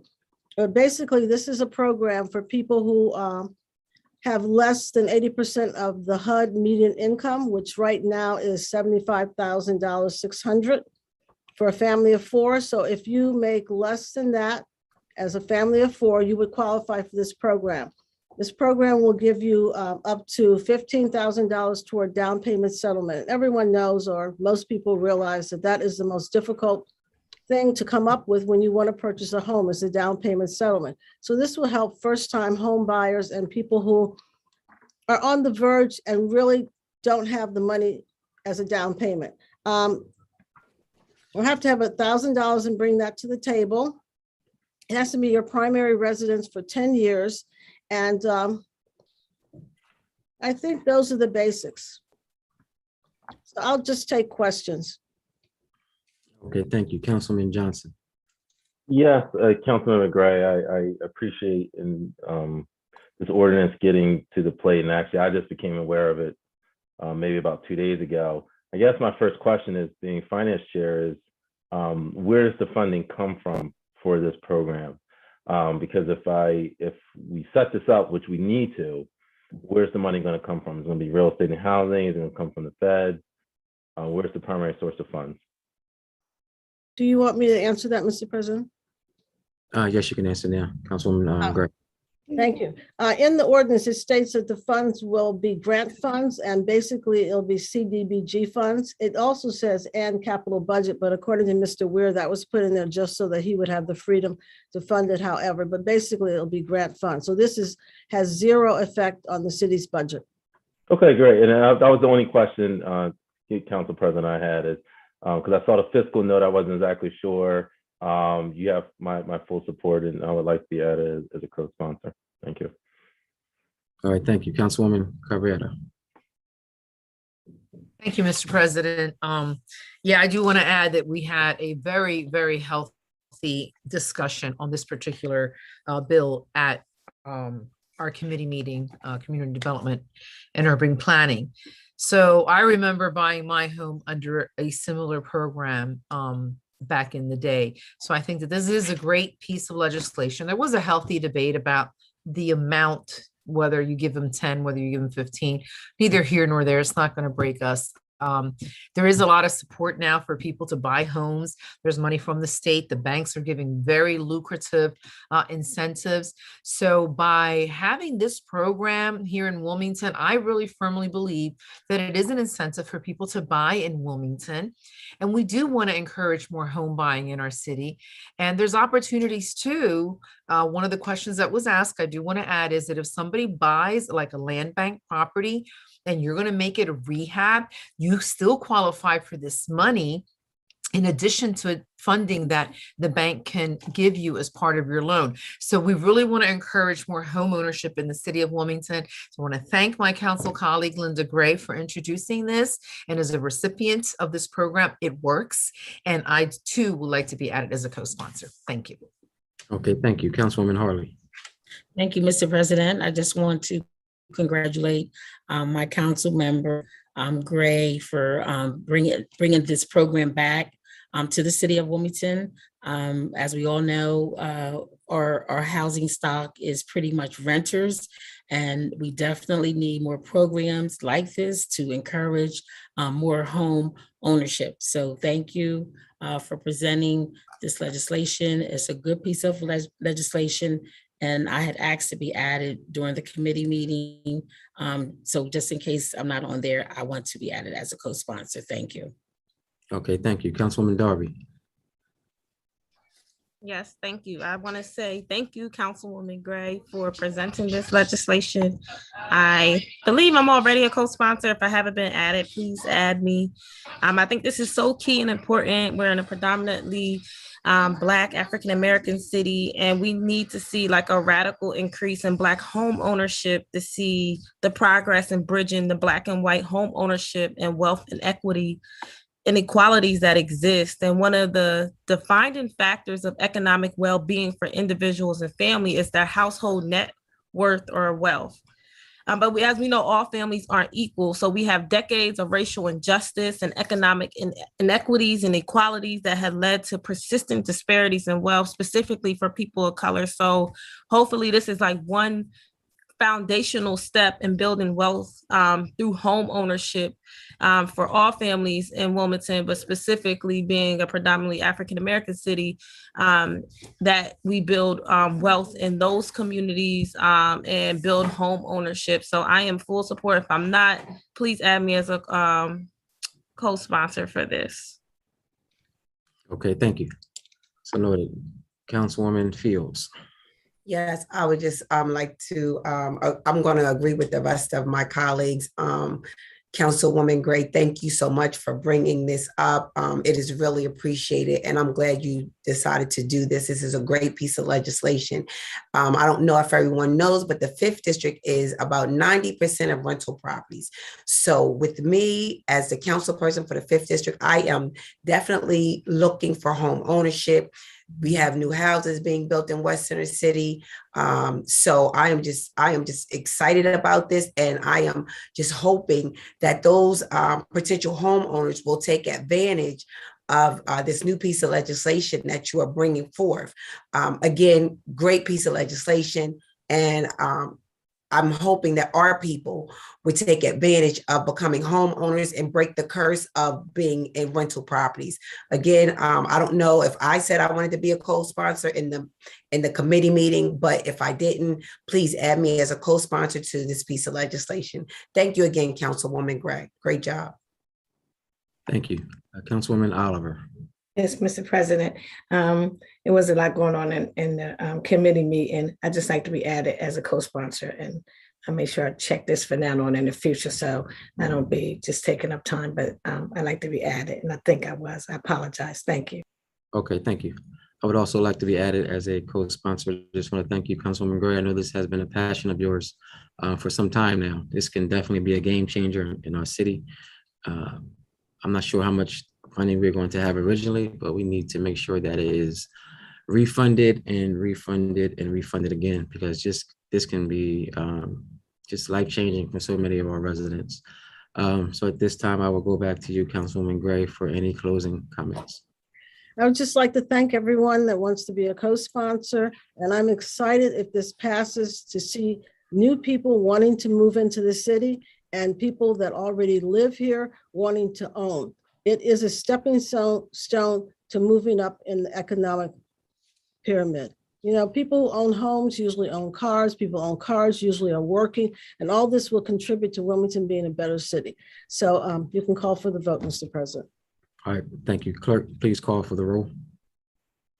Councilwoman Gray, Yes. Councilwoman Darby, Yes. Councilwoman Oliver, Yes. Councilwoman Harley, Yes. Councilwoman Fields, Yes. Councilwoman McCoy, Yes. Councilman Johnson, Yes. Councilman Field, Yes. Councilwoman Cabrera, Yes. Councilman Spadola, Yes. President Congo. Yes. 11 yeas. Thank you. I declare adopted. Any other legislation, Councilwoman Gray? Nothing else this evening, Mr. President. Thank you. Thank you. Councilwoman Darby? No other legislation. But may I be excused, please? Yes, you may, and happy birthday. Oh, thank you. See you guys. Oh, happy birthday. Happy birthday. Thank you. Another Aquarian? Oh, my goodness. Yes. Boy and I, sorry. Now there's 3 of us. Okay, at this time, we'll go to Councilwoman Oliver. Thank you, Mr. President. I have a resolution to present. Resolution 22004, agenda 0130, whereas pursuant to section 2-363 of the City Code, City Council deem it necessary and proper to specify the requirements for review and approval of city-sponsored grant applications and proposals, including. I move this resolution be received, recorded, and filed and adopted by a yea and nay vote. Second. It's been properly moved and seconded that this resolution be received, recorded, and filed, and adopted by yea or nay vote on the question. Yes, Mr. President. This resolution authorized the Office of Economic Development grant application to the Transportation Infrastructure Investment Fund Program and the amount of $3,673,800. This existing roadway system on the East 7th Street. East 7th Street drainage pipes and improve the drainage, flooding concerns, and the business owners located on the 7th Street Peninsula. There is no negative fiscal impact to the city required. Seeing no questions from council. Clerk, please call for the roll. Councilwoman Gray. Oh, I'm sorry. Councilwoman Gray, Yes. Councilwoman Oliver, Yes. Councilwoman Harley, Yes. Councilwoman Fields, Yes. Councilwoman McCoy, Yes. Councilman Johnson, Yes. Councilman Field, Yes. Councilwoman Cabrera, Yes. Councilman Spadola, Yes. and President Congo. Yes, 10 yeas, 2 absent. declared adopted. You may continue, Councilwoman Oliver. Thank you, Mr. President. I'm on resolution 0131. Have a resolution to present. Resolution 22005, Agenda 0131, whereas pursuant to Section 2363 of the City Code, City Council deem it necessary and proper to specify the requirements for. I move this resolution being received, recorded, and filed and adopted by a yea and nay vote. Second. It's been properly moved and second that this resolution be received, recorded, and filed, adopted by yea and nay vote. On the question. Yes, Mr. President. This also is a resolution authorized by the Office of Economic Development grant application to your United States Department of Transportation, Rebuilding American Infrastructure with Equal Grant Program in the amount of $17 million. These funds will be used to construct a new expanded network and road bridging from South Market Street that will extend the Wilmington grid system for pedestrians and cycling accommodations on the road. This also, there is no negative impact to the city because the local match required will be satisfied by the state of Delaware, Delaware Department of Transportation, and the Riverfront Development Corporation, Mr. President. All right, thank you, Councilwoman Harley. Yes, thank you, Mr. President. I just want to say that I would like to be added to the legislation in support of this grant. As many of you know, there is renovations and revitalization going on South Market Street. And I just wanted to say I want to be added and in support of this grant. Thank you. All right, thank you. Seeing no other hands raised. Clerk, please call for the roll. Councilwoman Gray, Yes. Councilwoman Oliver, Yes. Councilwoman Harley, Yes. Councilwoman Fields, Councilwoman Fields, Councilwoman McCoy, Yes. Yes, I'm sorry. I was trying to hit the microphone, but yes. is that Councilwoman Fields? Yes, it was. Yes, it was. Thank you. Councilwoman McCoy, Yes. Councilman Johnson, Yes. Councilman Field, Yes. Councilwoman Cabrera, Yes. Councilman Spadola, Yes. President Congo. Yes, 10 yeas and 2 absent. declared adopted. Thank you, Mr. President. On resolution 0132, Mr. President, I have a resolution to present. Resolution 22006, Agenda 0132, whereas pursuant to Wilmington Charter, Section 8205, the city may sell or exchange any real estate belonging to the city or grant any license. I easement, move this resolution be received, recorded, and filed and adopted by a yea and nay vote. Second. Been properly moved and second that this resolution be received, recorded, filed, and adopted by a yea or nay vote. On the question. Yes, Mr. President. I'm reading this on behalf of the administration. This resolution approves the second amendment to the lease between the city and Comcast Communications LLC, Comcast Communications Inc. I'm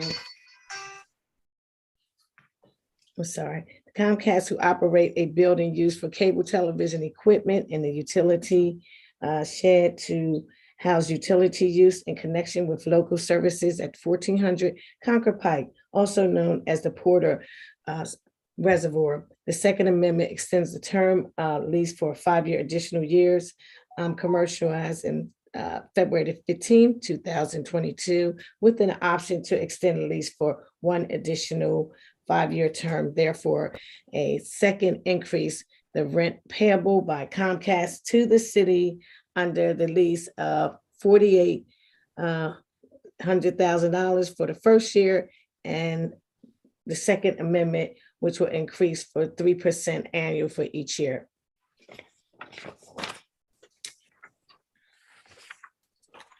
Thank you, Councilwoman McCoy. Oh, thank you. Actually, I saw Councilwoman Harley's hand up first. It was up from the last time, but thank you. Okay, thank you. Actually, my question is, because of the fact that we're actually coming up on a time to look at the contract for the franchise fee, why are we extending the term now for 5 years? Well, I think this is two different things. This is for our cable communications up to 1400 Concord Pike. May I continue? I'm saying, was you getting this confused with another piece of legislation? I can continue. Thank you. So no, actually, I was not. From what I'm understanding, this is still DTV, and I do understand that they would like to have a longer stay, and I guess in the space that they're in. But because of the fact that we're still not certain about franchising fees, and this is something that's going to be coming up soon, how can we say that we can extend a 5-year lease if we don't know whether or not we'll be able to continue on the way we've been with WITN and DETV? That was the question. Like, I'm just wondering why we're not doing something a little smaller when it comes to their lease agreement as we work this out before we do a 5-year agreement. That was my question. Because it's not going anywhere. Councilwoman Oliver. Yeah, they're not going anywhere. This is, like I said, this is for a utility use connection and local services at 1400 Concord Pike. It's totally different.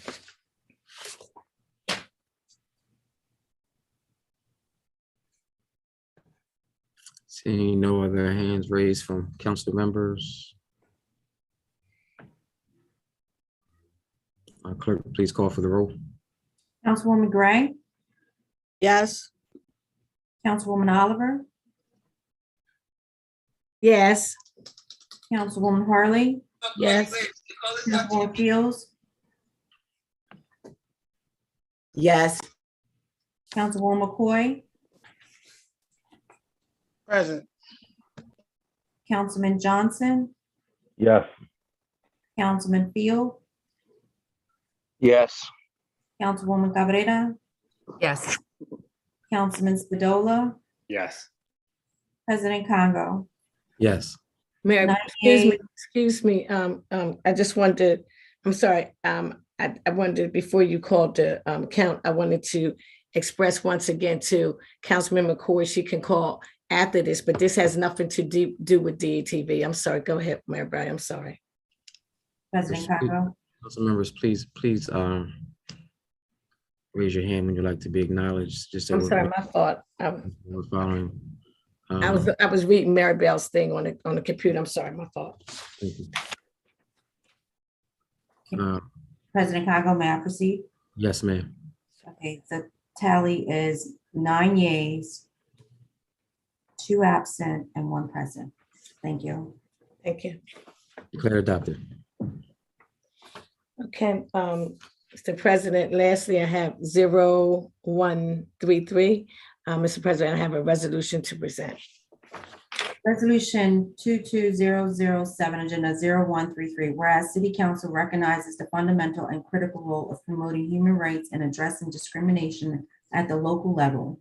And whereas City Council recognizes the valiant efforts by congressional representatives. I move this resolution be received, recorded, and filed and adopted by yea and nay vote.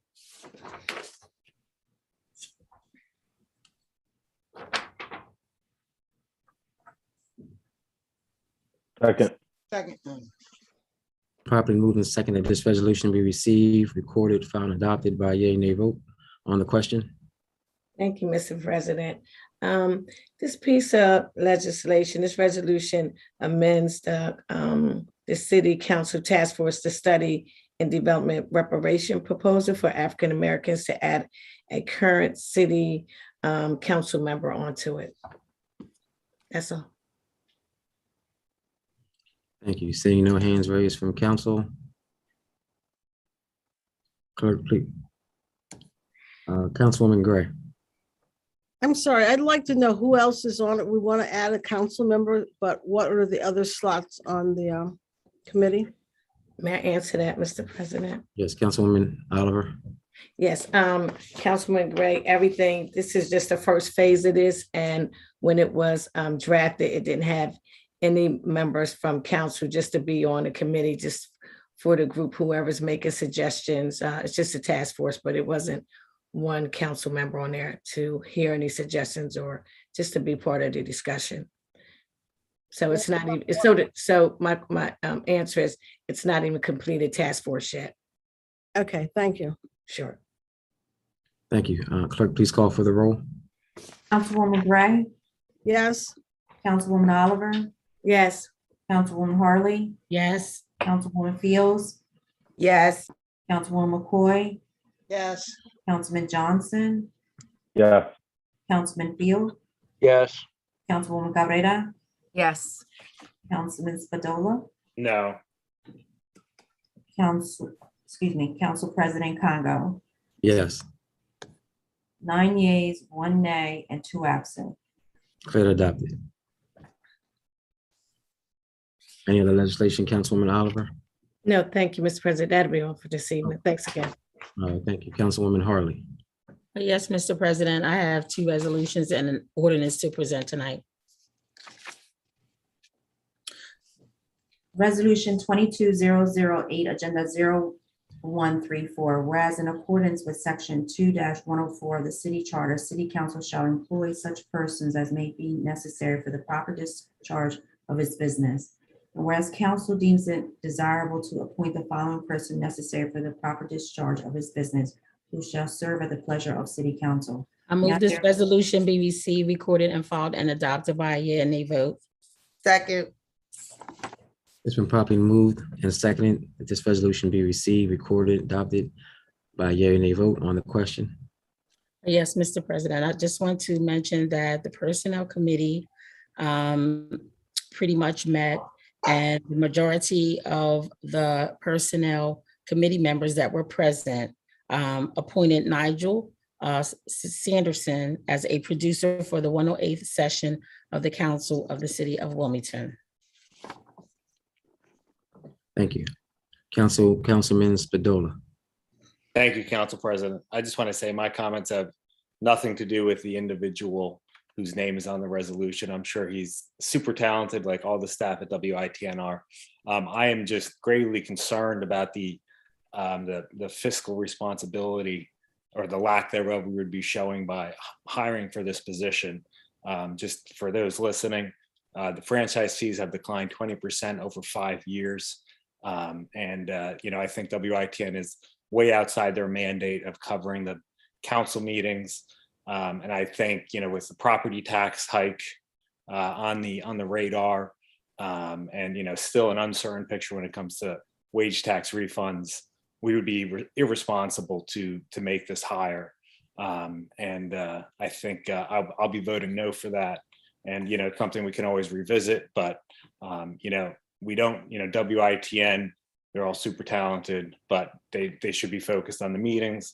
That's their function. If they need to raise money, like a business, they can solicit advertising, but otherwise, if council members' ribbon cuttings aren't getting covered, I don't think that's the end of the world. I don't think the taxpayers want to fund There's that. nothing against that I individual. will be Councilwoman voting now. Okay, thank you, Councilman Spadola. Just want to remind everyone to please keep your mics muted. Were you finished, Councilman Spadola? Yes. Okay, thank you. Councilman Johnson. I would like to hold off on this due to a different reason. Yes, it's the fiscal. Actually, we just had a WEFAC meeting this morning I'm talking about the financial outlook of the city over the next 5 years. And to be honest, it's not very pretty. And we're going to be talking more this spring about those aspects. But at the end of the day, one position on WITN, I don't think it's going to rock the boat necessarily. We need probably deeper systemic cuts that we probably need to talk about, or raise the revenue in the city. But I'm more opposed in a different front. Simply, as we talked about this evening, we're going to be getting a new chief of staff soon. And that's going to be something that's going to be a big thing that we're doing. So nothing against this particular candidate. He's actually a very excellent background.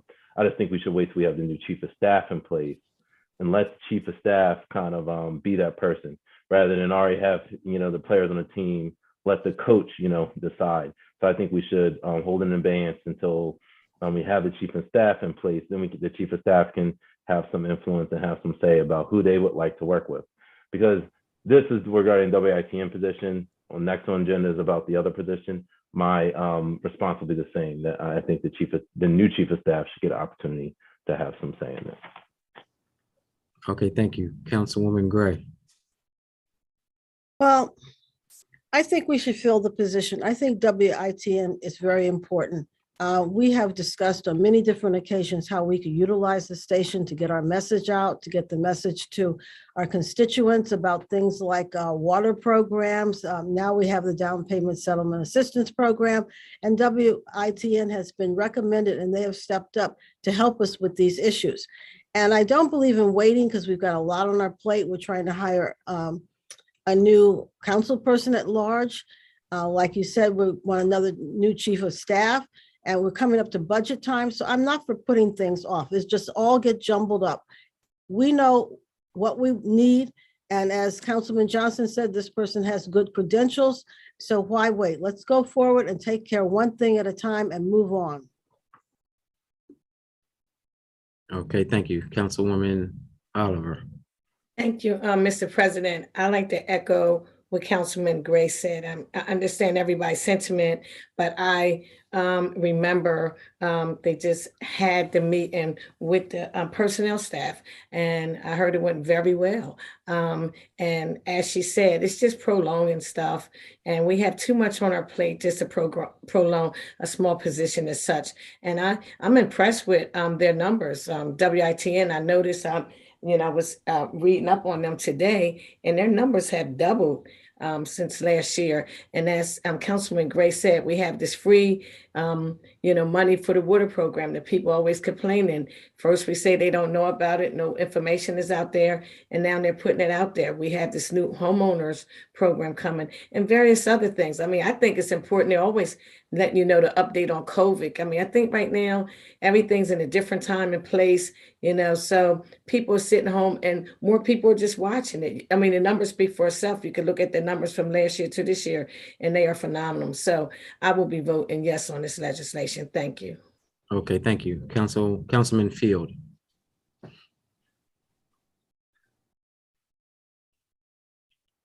Councilman Nathan Field.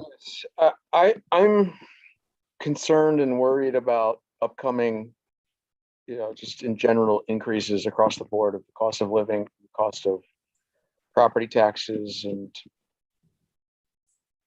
I'm concerned and I'm skeptical that we need to make this higher right now. And the case has not been made to me that we need to make this higher right now. And for that reason, I will be voting no. And I would also second Councilmember Spadola's comments. I'm sure this individual is very talented. It has nothing to do with them. It's just, I don't feel a need to make this higher right now. Thank you. Okay, thank you. And seeing no other hands raised, I'm going to go back to the sponsor for any final comment. Yes, thank you, Mr. President. So I just want to mention that I respect my council member colleagues, their responses, but all three of them are a part of the personnel committee, and for whatever reasons, they were not able to be present to discuss or raise any issues. And I haven't heard from anyone even before tonight. And I also listened to my other council colleagues that shared as well tonight. So I'm going to move forward with calling the vote on this. Thank you. Thank you. Clerk, please call for the roll. Councilwoman Gray, Yes. Councilwoman Oliver, Yes. Councilwoman Harley, Yes. Councilwoman Fields, Yes. Councilwoman McCoy, Yes. Councilman Johnson, No. Councilman Field, No. Councilwoman Cabrera, Yes. Councilman Spadola, No. President Congo. Yes. 7 yeas, 3 nays, and 2 absent. Declared adopted.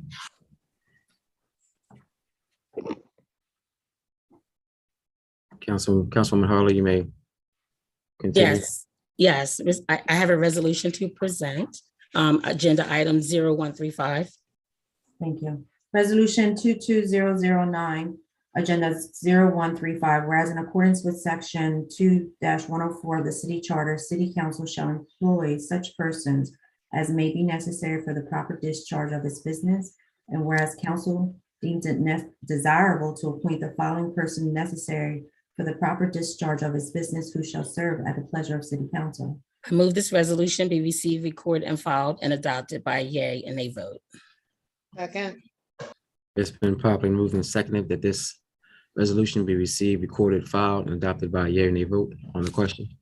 Yes, Mr. President, this resolution is another one that went through the Personnel Committee, and this individual came out as the recommendation. So this resolution appoints Kendra, Brumfield, Nawazna as the Legislative and Policy Analyst for the 108th session of the Council of the City of Wilmington.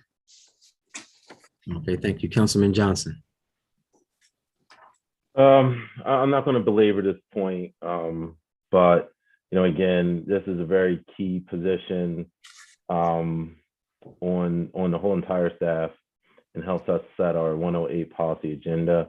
And again, she is eminently qualified, but I believe the chief of staff should be have a chance to get his team or his or her team together, because we have the potential possibility, say we have 2 great chief of staff candidates. One might be appropriate for one position, one might be appropriate for chief of staff. So I'm not even looking at the fiscal issues. I'm looking at just unfairness to a new chief of staff, because this new chief of staff will come in and every position will be filled. I understand the pressing need for WITN, but the policy analyst position has been vacant since Ms. Allen left, I think back in the summer.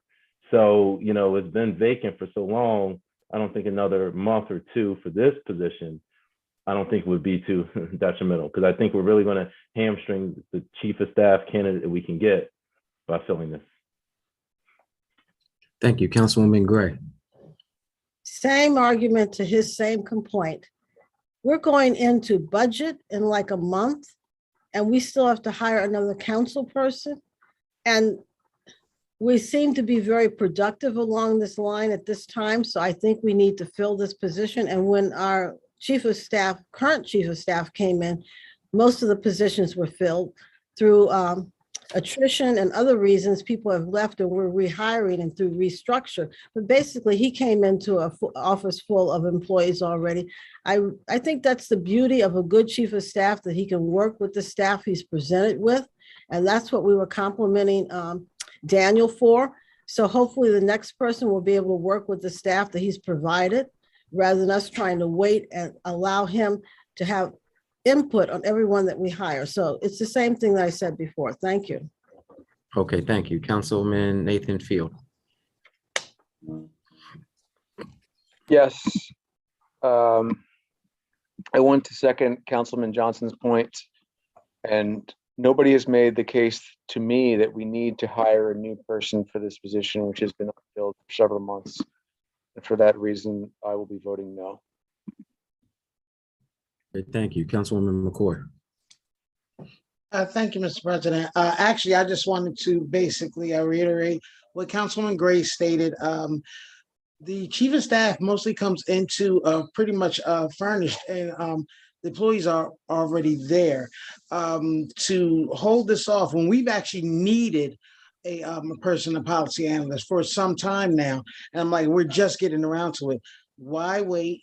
I feel like we keep hindering ourselves. We keep falling on the sword. And if it was any other position or whatever, any other office or department, they would go ahead and just fill the position if it was important or critical. And that's what I feel like we need to do.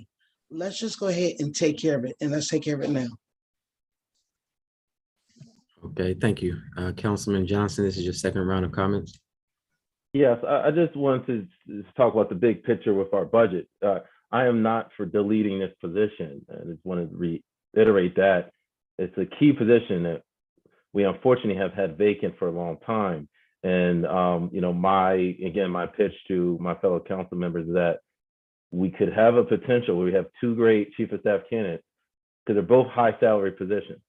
We have two great chief of staff candidates, and I just would like the option, if necessary, to maybe make one the policy person and one a chief of staff. Again, that's just me, because as Daniel came in, he had a great policy background, and all of us attested to just how helpful he was, because he knew state policy, he knew local government policy. And so we could have the potential where we get two great people. So nothing against this particular candidate, but if that candidate is interested in other positions, I think we continue to play the field. Let's wait. I'm not for cutting it out. I think we should keep it in the budget, and then we assess it when we have a chief of staff. That's all. Okay, thank you. Councilwoman Gray, for your second round of comments. Thank you. Am I to understand that Councilman Johnson is saying that a person that has been interviewed and selected for this position, we should set aside and now consider one of the people that are being considered for chief of staff? Is that what I'm understanding his suggestion is? I'm not sure. I'm kind of confused to his. Has this person been, the person that we're voting on, have they been interviewed and selected except for our vote by Yes. the committee? Yes, they have. ma'am. So that's my understanding. Mr. Johnson saying we should hold off so that we may consider one of the candidates for chief of staff for this analyst position. I don't really think that that is legal. And if it is legal, it's not very kosher, because we've already, I guess the committee, personnel committee, has already made this selection to present to us. Thank you. Okay, thank you. Seeing no other hands raised, I will go back to the sponsor. Thank you, Mr. President. Again, I want to just say I respect my council members, what they had to share, but they're on the personnel committee. And again, they were not present to share, to discuss, or to raise any concerns at that time, and not even before tonight. So I'm not sure, just how important or serious this was, but I'm not judging anyone's intentions. But again, that's why we have a personnel committee meeting. I know that people work, but again, I haven't heard from anyone regarding any of this legislation. And so I believe that that as we had shared earlier regarding Daniel, we all gave him great accolades about how well he came in and how he was able to hit the floor running and being able to juggle everything.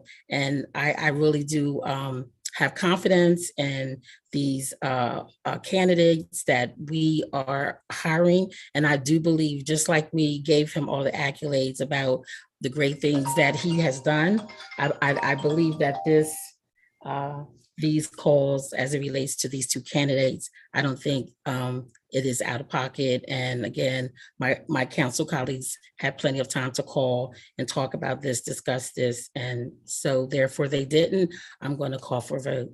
Thank you. Clerk, please call for the roll. Councilwoman Gray, Yes. Councilwoman Oliver, Yes. Councilwoman Harley, Yes. Councilwoman Fields, Yes. Councilwoman McCoy, Yes. Councilman Johnson, No. Councilman Field, No. Councilwoman Cabrera, No. Councilman Spadola, No. President Congo. Yes. 7 yeas, 3 nays, and 2 absent.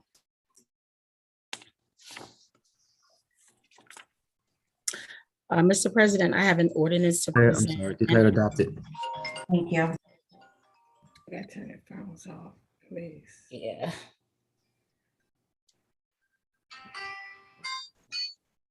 Mr. President, I have an ordinance to present and call for the first and second reading. Ordinance 22-004, agenda 0136, an ordinance to enact certain parking regulations. First reading of the ordinance, An ordinance to enact certain parking regulations. second reading of the ordinance.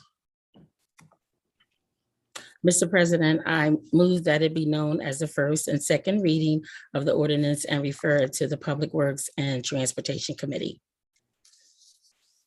It's been properly, oops, I'm sorry. Need a second, please.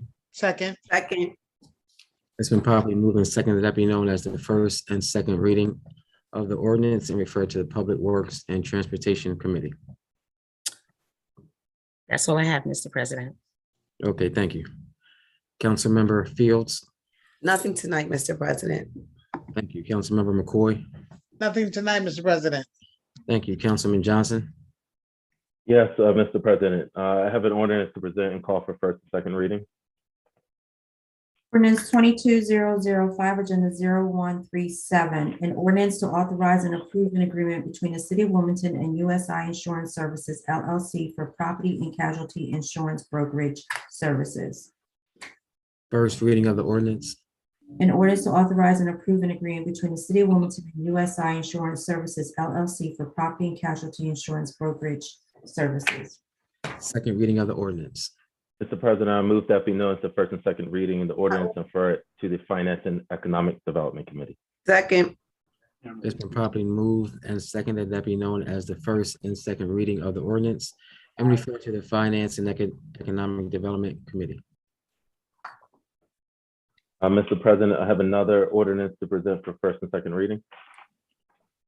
Ordinance 22-006, agenda 0138, an ordinance to authorize and approve an agreement between the City of Wilmington and USI Insurance Services LLC for life and health insurance brokerage services. First reading of the ordinance. Just want to remind everyone to please mute your phones. Your phones.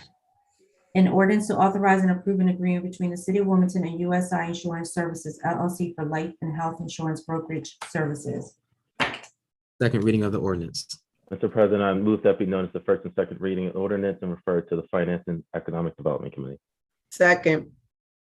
It's been properly moved and seconded that be known as the first and second reading of the ordinance and referred to the Finance and Economic Development Committee. Thank you, Mr. President. That's all the items I have this evening. All right, thank you. Councilman Field, Nothing tonight, Mr. President. thank you. Councilwoman Carrera,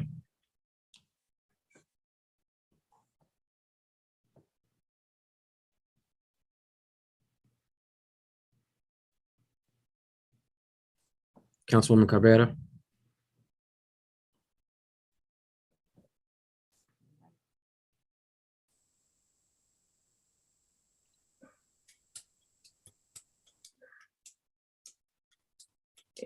Mr. President, I can, if she's not available, I can introduce it. Here I am. I'm Oh. sorry, my screen froze. I couldn't X out of it to unmute myself. All I could see was the president's face. I'm sorry. All right, thank you. Okay, so I am introducing, let me get my agenda back up. That's what happened. I was looking at my agenda and I got I lost my screen here. All right, let me get to this here. Mr. President, I have an ordinance to present and call for the third and final reading. Ordinance 21061, agenda 0122, an ordinance to amend chapter 2 of the city code to codify the continued existence of the Wilmington Neighborhood Conservancy Land Bank Corporation and to revise the membership of its board of directors. Mr. President, I have a substitute to present in lieu of that ordinance. Substitute number 1 to ordinance number 21061, revision 1 to agenda 0122, an ordinance to amend chapter 2 of the city code to codify the continuous existence of the Wilmington Neighborhood Conservancy Land Bank Corporation and to revise the membership of its board of directors. Mr. President, I move that be known as the enacting clause of the substitute ordinance and call for a yea and nay vote. Second. It's been properly moved and seconded that be known as the enacting clause of the substitute ordinance and called for a yay or nay vote on the question. Mr. President, this substitute ordinance is being presented by City Council for Council's review and approval. This substitute ordinance amends Chapter 2 of the City Code to codify the continued existence of the Wilmington Neighborhood Conservancy Land Bank Corporation, known as the WNCLB Corporation. It was previously authorized as the sole and exclusive land bank for the City of Wilmington by substitute number 1 to ordinance number 15-040 as amended, ordinance number 15-040. This substitute ordinance also revises the membership of the Board of Directors of the WNCLB Corporation as originally established in the original ordinance by 1, replacing the board chair of the Wilmington Housing Partnership Community with the Community Development and Urban Planning Committee chairperson for Wilmington City Council, and replace the Finance Committee chair of the Wilmington Housing Partnership and 3 individuals working within the limits of the City of Wilmington as a community reinvestment officer or equivalent position for a bank or financial institution, as designated by the majority of other members of the board of the WNCLB Corporation, and having 4 representatives from the local community or community groups in the City of Wilmington designated by the Board of Directors. Because this is technical, I did want to give the full explanation, but basically is we want the land bank to look more like the community that it serves. And since these positions have become open, let's have people from the community be part of the decision-making when it comes to many of these dilapidated properties that are in the heart of many of our neighborhoods, where they can help to make those decisions along with the corporate officers that have long since served. So I think it's a great way to really provide that inclusion and to make sure that people that live in the neighborhoods where the transformation, we want that to take place, that they have a say on the governance of the land bank. So I do hope that our council members support this. And I thank the 6 co-sponsors that are currently on here, and Councilwoman Brigida Fields will also like to be added as a co-sponsor. So at this time, I open it up for questions to my colleagues. Okay, thank you. Councilman Johnson. I would like to be added as a co-sponsor as well. This is something that I know I've talked about with several council members, improving the diversity mostly, because unfortunately what you have right now is, from what I could tell, the last count, the only minorities are me and Council President Congo on the land bank. So, we have a serious lack of diversity. And then in terms of the applicants of the land bank, even still, we have a serious lack of diversity in getting young Black and Brown entrepreneurs and investors into town to buy property. So that's something I think with a more diverse board, we'll hopefully be able to get a broader swath of our citizens who are investing in the land bank. Great job. Okay, thank you. Councilwoman Gray. Thank you. My question is, who will make the selection of these diverse, different individuals to be on the board? If I may answer, Mr. President? Yes, you may. Yes, the current board will be making those decisions. The current board is not full, correct? It's not. Those decisions have been vacant for a long time. So it's made up of how many people? I believe currently there are maybe 5 up to 7 members. I have been sitting in on some of the meetings, but I'm not a board member, so I don't really have the exact count. I'm sorry. Okay, thank you. Thank you, Councilwoman Harley. Yes, thank you, Council President.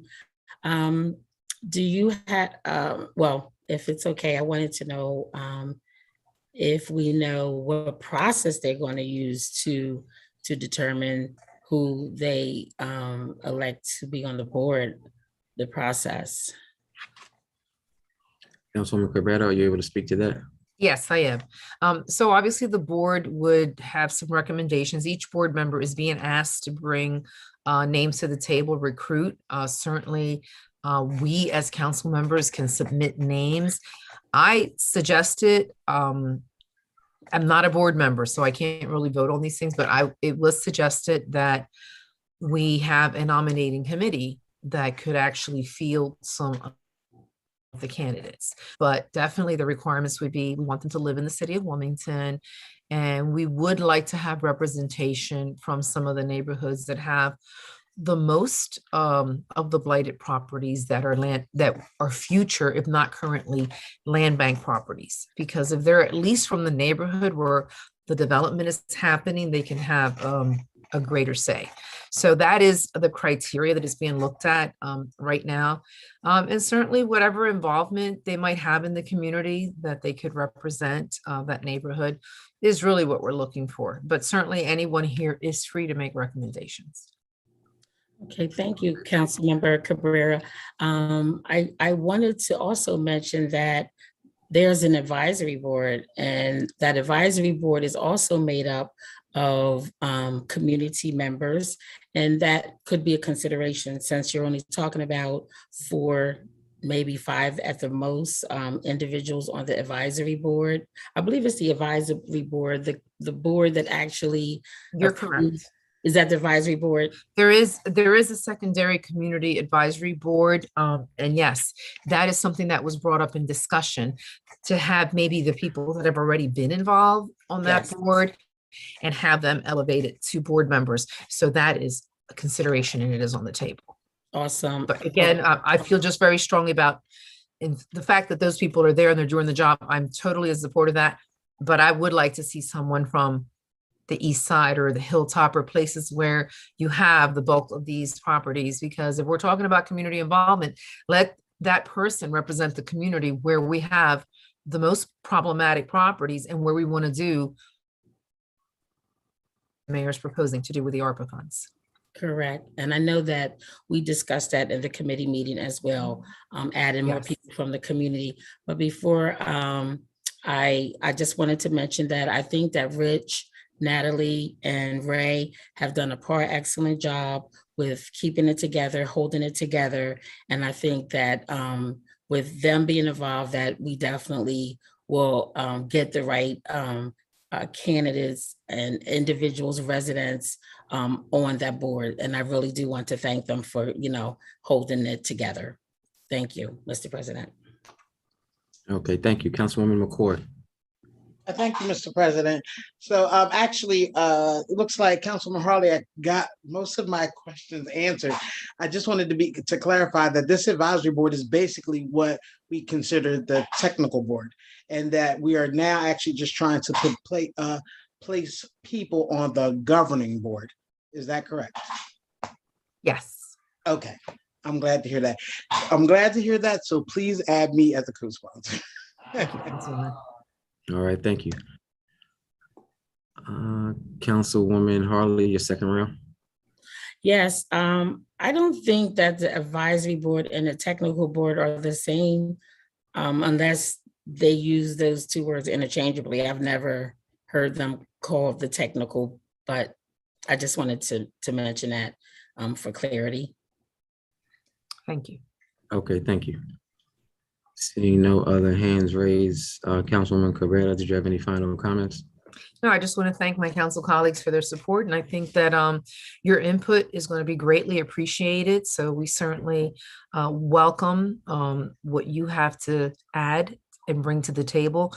And you don't have to be a member of the board in order to have input, because we wouldn't be able to, the land bank wouldn't exist if it wasn't because of city council. And I will tell you that my first term, before that first term ended, we were working diligently, Councilman Chakwocha at that time, myself and others, to really bring this land bank forward. And of course, Councilman Bud Friel, who has really been championing, the nuisance laws and doing these things. So I was happy to be a part of when the land bank was started.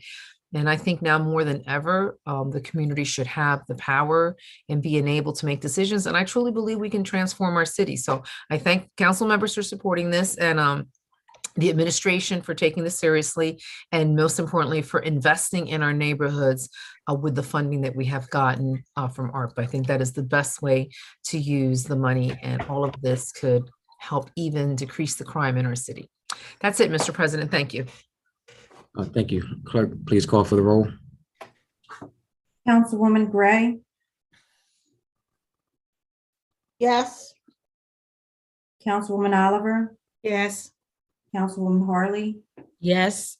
Councilwoman Fields, Yes.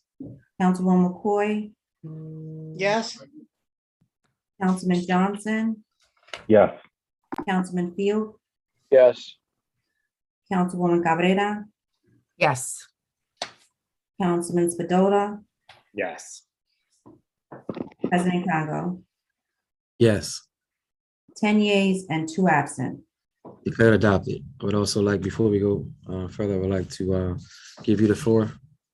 Yes, thank you, President Congo. I need to make a correction on Resolution 22009, just for clarification on the count of the vote. It was pointed out that my count was off. I had stated 7 yeas and 3 nays, and just for clarity, I believe the one in question was Councilwoman Cabrera. Was that a yes for the legislative and policy resolution, or was that a no? I had voted nay.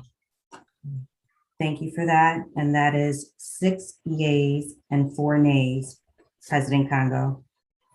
Okay, thank you very much. Council President. Yes. May I be excused? Yes, you may. Can you please declare President Congo? That's declared adopted. Thank you. And thanks to the Deputy Clerk Bernardo for catching that. Mr. President, Yes, Councilwoman Oliver. may I be excused, please? Yes, you may. Thank you so much.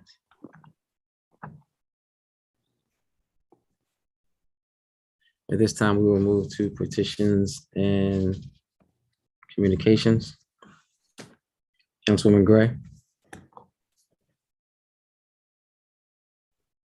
The only thing I have to say is I encourage, well, everyone, but specifically the first district, to please email me or leave me a text message of what you think is the priority in our district. We're coming up to budget time, and this is the time that I can make requests. And remember, all I can do is request. But please reach out. Thank you. Have a good evening. Thank you. Councilwoman Harley.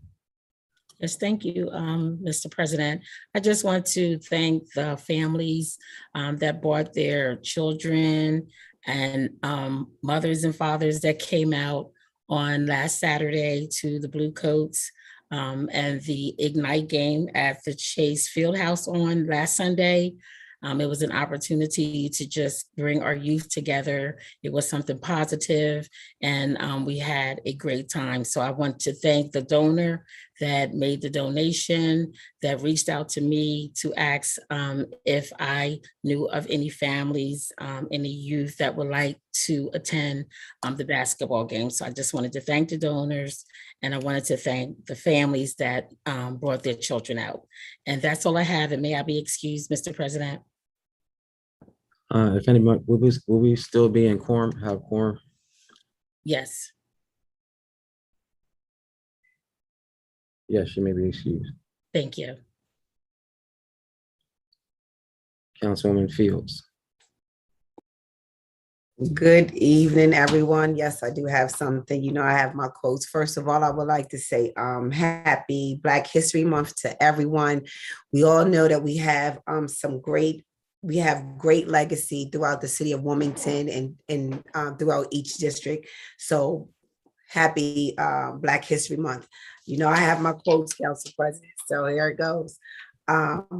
Don't ever underestimate the importance you can have, because history has shown us courage can be contagious, and hope can take on a life of its own. Michelle Obama. The cost of liberty is less than the price of repression. W.E.B. Du Bois. Other than that, Council President, that's all I have for tonight. Thank you. Thank you. Councilwoman McCoy. Thank you, Mr. President. I actually just wanted to remind people that there will be a Education, Youth and Families meeting next Wednesday on February 9th. That meeting begins at 5 p.m. And there will be 2 things on the agenda. We will be discussing parks, and then we will be discussing the Inspire program from Delaware State University. So I hope that you can attend. That'll be all. Thank you. Councilman Johnson. Yes, the first announcement is that this upcoming Monday, February 7th, the Finance and Economic Development Committee will be having our first meeting of the year. We have a pretty packed agenda. One item, of course, is an update from the administration on where we are with ARPA, as I know that's on the top of many folks' minds. So we are going to be exploring that on Monday evening, and the meeting will start at 5 p.m. Just on that other front, I appreciate everyone that came out, the small business owners, to the business roundtable we had last Wednesday, hosted by JP Morgan Chase. It was virtual, so it was not in person, but it was a great time for small business owners to connect, and for me as a representative to just understand the needs of business community. So there's going to be more coming up this spring. So please participate in programs if you're a small business, as we're trying to figure out what we can do better as a city to help you thrive and get back to the neighborhoods. And then also there is an upcoming another small business meet and greet at Books and Bagels next February, was next 2 Thursdays from now, February 17th at the new shop Books and Bagels. It'll be from 6 to 8 p.m. This is again another chance. It's going to be in person actually, but masks are required. It will be a chance for us to safely and effectively vibe with other business owners in the city. You don't have to just be from the west side, you can be from the east side as well. But again, we're now coming back in full force, trying to recover from COVID, and we're trying to connect businesses throughout our city with resources they greatly need. And last but not least, there is a big COVID giveaway at Woodlawn Library, right in the heart of the west side. There's 2 giveaways. It's on Friday, tomorrow, from 1 to 3 p.m. and then Sunday from 11 to 1 p.m. So this is again, it's graciously hosted by Newcastle County and also Westside Groves. So please come out, spread it to residents. You don't have to be from the west side, you can be from anywhere. It's walk up, drive up. Please be there to get the resources that we need so everybody can get the rapid test to make sure you're staying safe. So I look forward to seeing everybody Monday evening. Thank you. Okay, thank you. Councilman Field. Nothing to add, Mr. President. All right, thank you. Councilwoman Carrera. Yes, did I hear Councilmember Johnson correctly that we're giving away COVID at the library? No, I'm just teasing. Councilman Johnson, I know you corrected it at the end. They're giving away free tests at the library for those who didn't get it. No, they're not giving away COVID. Anyway, sorry to just. Anyway, it's that time of year. It's cold. Some people might be experiencing hardships. If you need help for energy assistance or for oil or anything like that, the state resource number to call is 211. They will connect you to the many different organizations that could have funding to help you. Please do not sit there in the cold. Do not use caution when using kerosene heaters and heaters. I can't stress that enough. When we see in the news, it seems like every week that there has been a fire and there's victims and some people don't make it. And while we're talking about the cold and snow, we've had a few little dribbles and drabbles of snow, not the big one. The big one's not here yet. But if the groundhog is correct and we have more winter, please look in on the seniors and people on your block. Make sure that people are safe, that they have the resources that they need, groceries, etc. Just be good Samaritans and be good neighbors. And for Wilmington, if you need any assistance, please call 311. Remember that we're here to help and to serve you. If you have any questions or anything that we can be helpful, any of the council, 311 is the best way to get those the city help. And just clean your sidewalks, keep everything safe, and you're not allowed to block your parking space. That is against the law. So just so you know these little nuances when it comes to winter. So thank you so much. Hope everybody's off to a great new year, and we'll see you soon. Thanks. All right, thank you.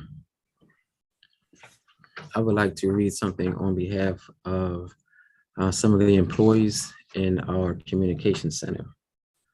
They have let me know that their department has been working through the pandemic and they have been severely understaffed.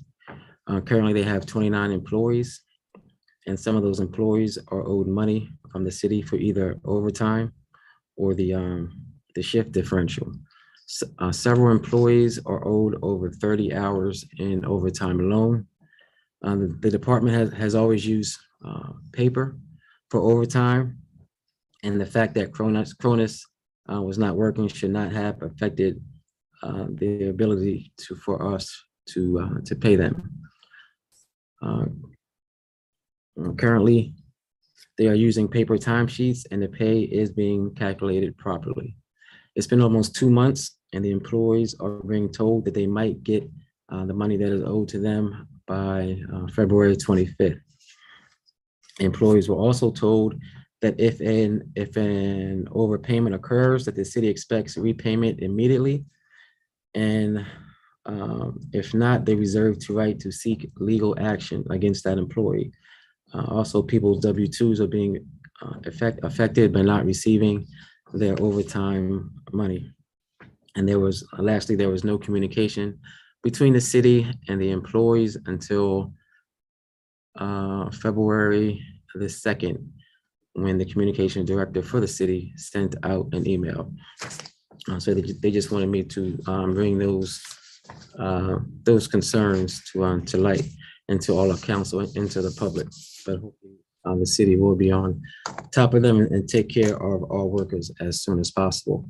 And just like this department has reached out to me to kind of be their voice, I have had several Wilmington police officers do the same, and not just recently, over period of years. So I thought it was my responsibility to address that with our chief of police, which I have done several times over the past few years.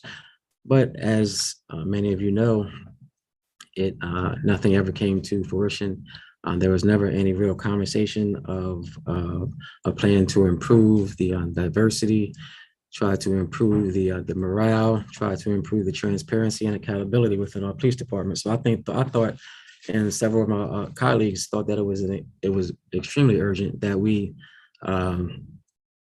pass that vote of no confidence. So I do want to thank those who spoke on behalf of the community and on behalf of the Wilmington Police Department officers, who have been extremely thankful for us as a council for bringing these items to light, because they don't feel comfortable and they feel intimidated to bring those items, their concerns to light themselves, because they fear retaliation. That's very unfortunate that those who are hired to protect and serve don't feel protected in their own headquarters. I just thought it was my responsibility, because once I always believe that once you know better, you're supposed to do better. And it's unfortunate that everyone is trying to create their own narrative around that vote of no confidence. It had nothing to do with violence. It had nothing to do with homicides, as far as I'm concerned. But it had everything to do with holding those in charge, holding them responsible for making sure that their department is open to the conversation. And that's why color is definitely a factor. Someone mentioned that color is not a factor, but it is, unfortunately. That's why there is a Noble. That's why there is the Gallant Blazers. And I think it's our responsibility to be their voice.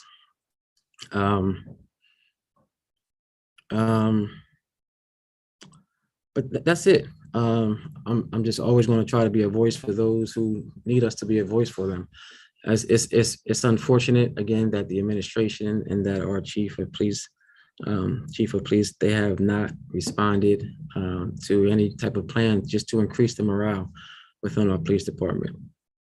So I know there were those who were on our public comment portion of the meeting earlier who were concerned about why I had a vote of no confidence. So I just want to explain why I had a vote of no confidence. It wasn't for me, it was for the Wilmington PD, who have just come up to me with so many different concerns of the internal policies and fairness of the police department. And hopefully this will start a conversation. Again, it's not my intent to have Chief Tracy fired, but I do want he and the administration to know that we do need to start having some conversations about a path forward, and that it has always fallen on deaf ears. So I didn't know any other route. This didn't just come up in this session. We talked about this in previous sessions. Again, just to no avail. But again, hopefully we can have the conversation. Many of you know about the trophy that was talked about in the different news media, and that's just part of the tip of the iceberg. But again, I'm not trying to go down that rabbit hole. Hopefully, it won't be necessary. And hopefully we can kind of come together and just be fair and have a conversation of how we can be a better city to our employees. And that was my reasoning. So I'm not sure if anyone from the public is still on, but if you are, now you know why I voted for the vote of no confidence, because I think that hopefully it sends a message, and hopefully it will begin a sincere conversation with the administration and with our chief of police, just to make some change within our police department. I don't think it stops with the police department either, but right now we're just focused on our police department. So again, I want to thank everyone from the community who understands that vote of no confidence, and everyone from the WPD who understands it and realizes that it's not anything against that entire department. It's not anything against the officers who are protecting and serving, and it's not blaming you for the violence that is occurring in our city. I have said that repeatedly, and it's interesting that everyone who responds to that, who has responded to that vote of no confidence, has yet that I know of has yet to respond to the issues that I have brought up publicly about the lack of diversity and about the racial tensions within the department, and about the unfairness of officers and how they're disciplined and how they're promoted, and there's a lack of diversity even within the rank and file of the police department. No one has ever spoken to that, but you have tried to create your own narrative, and I think that is extremely unfortunate. That we don't even want to admit that there is a concern of our police officers, and we know it is. We just want to turn a blind eye to it and talk about everything else that has no substance. I'm not going to belabor that issue. I just wanted the community to know why I supported that vote of no confidence. And with that, I will accept a motion to adjourn. So move. Second. Motion adjourned. Thank you everyone for joining us. Have a great week. Good night. Bye. Good night. Thank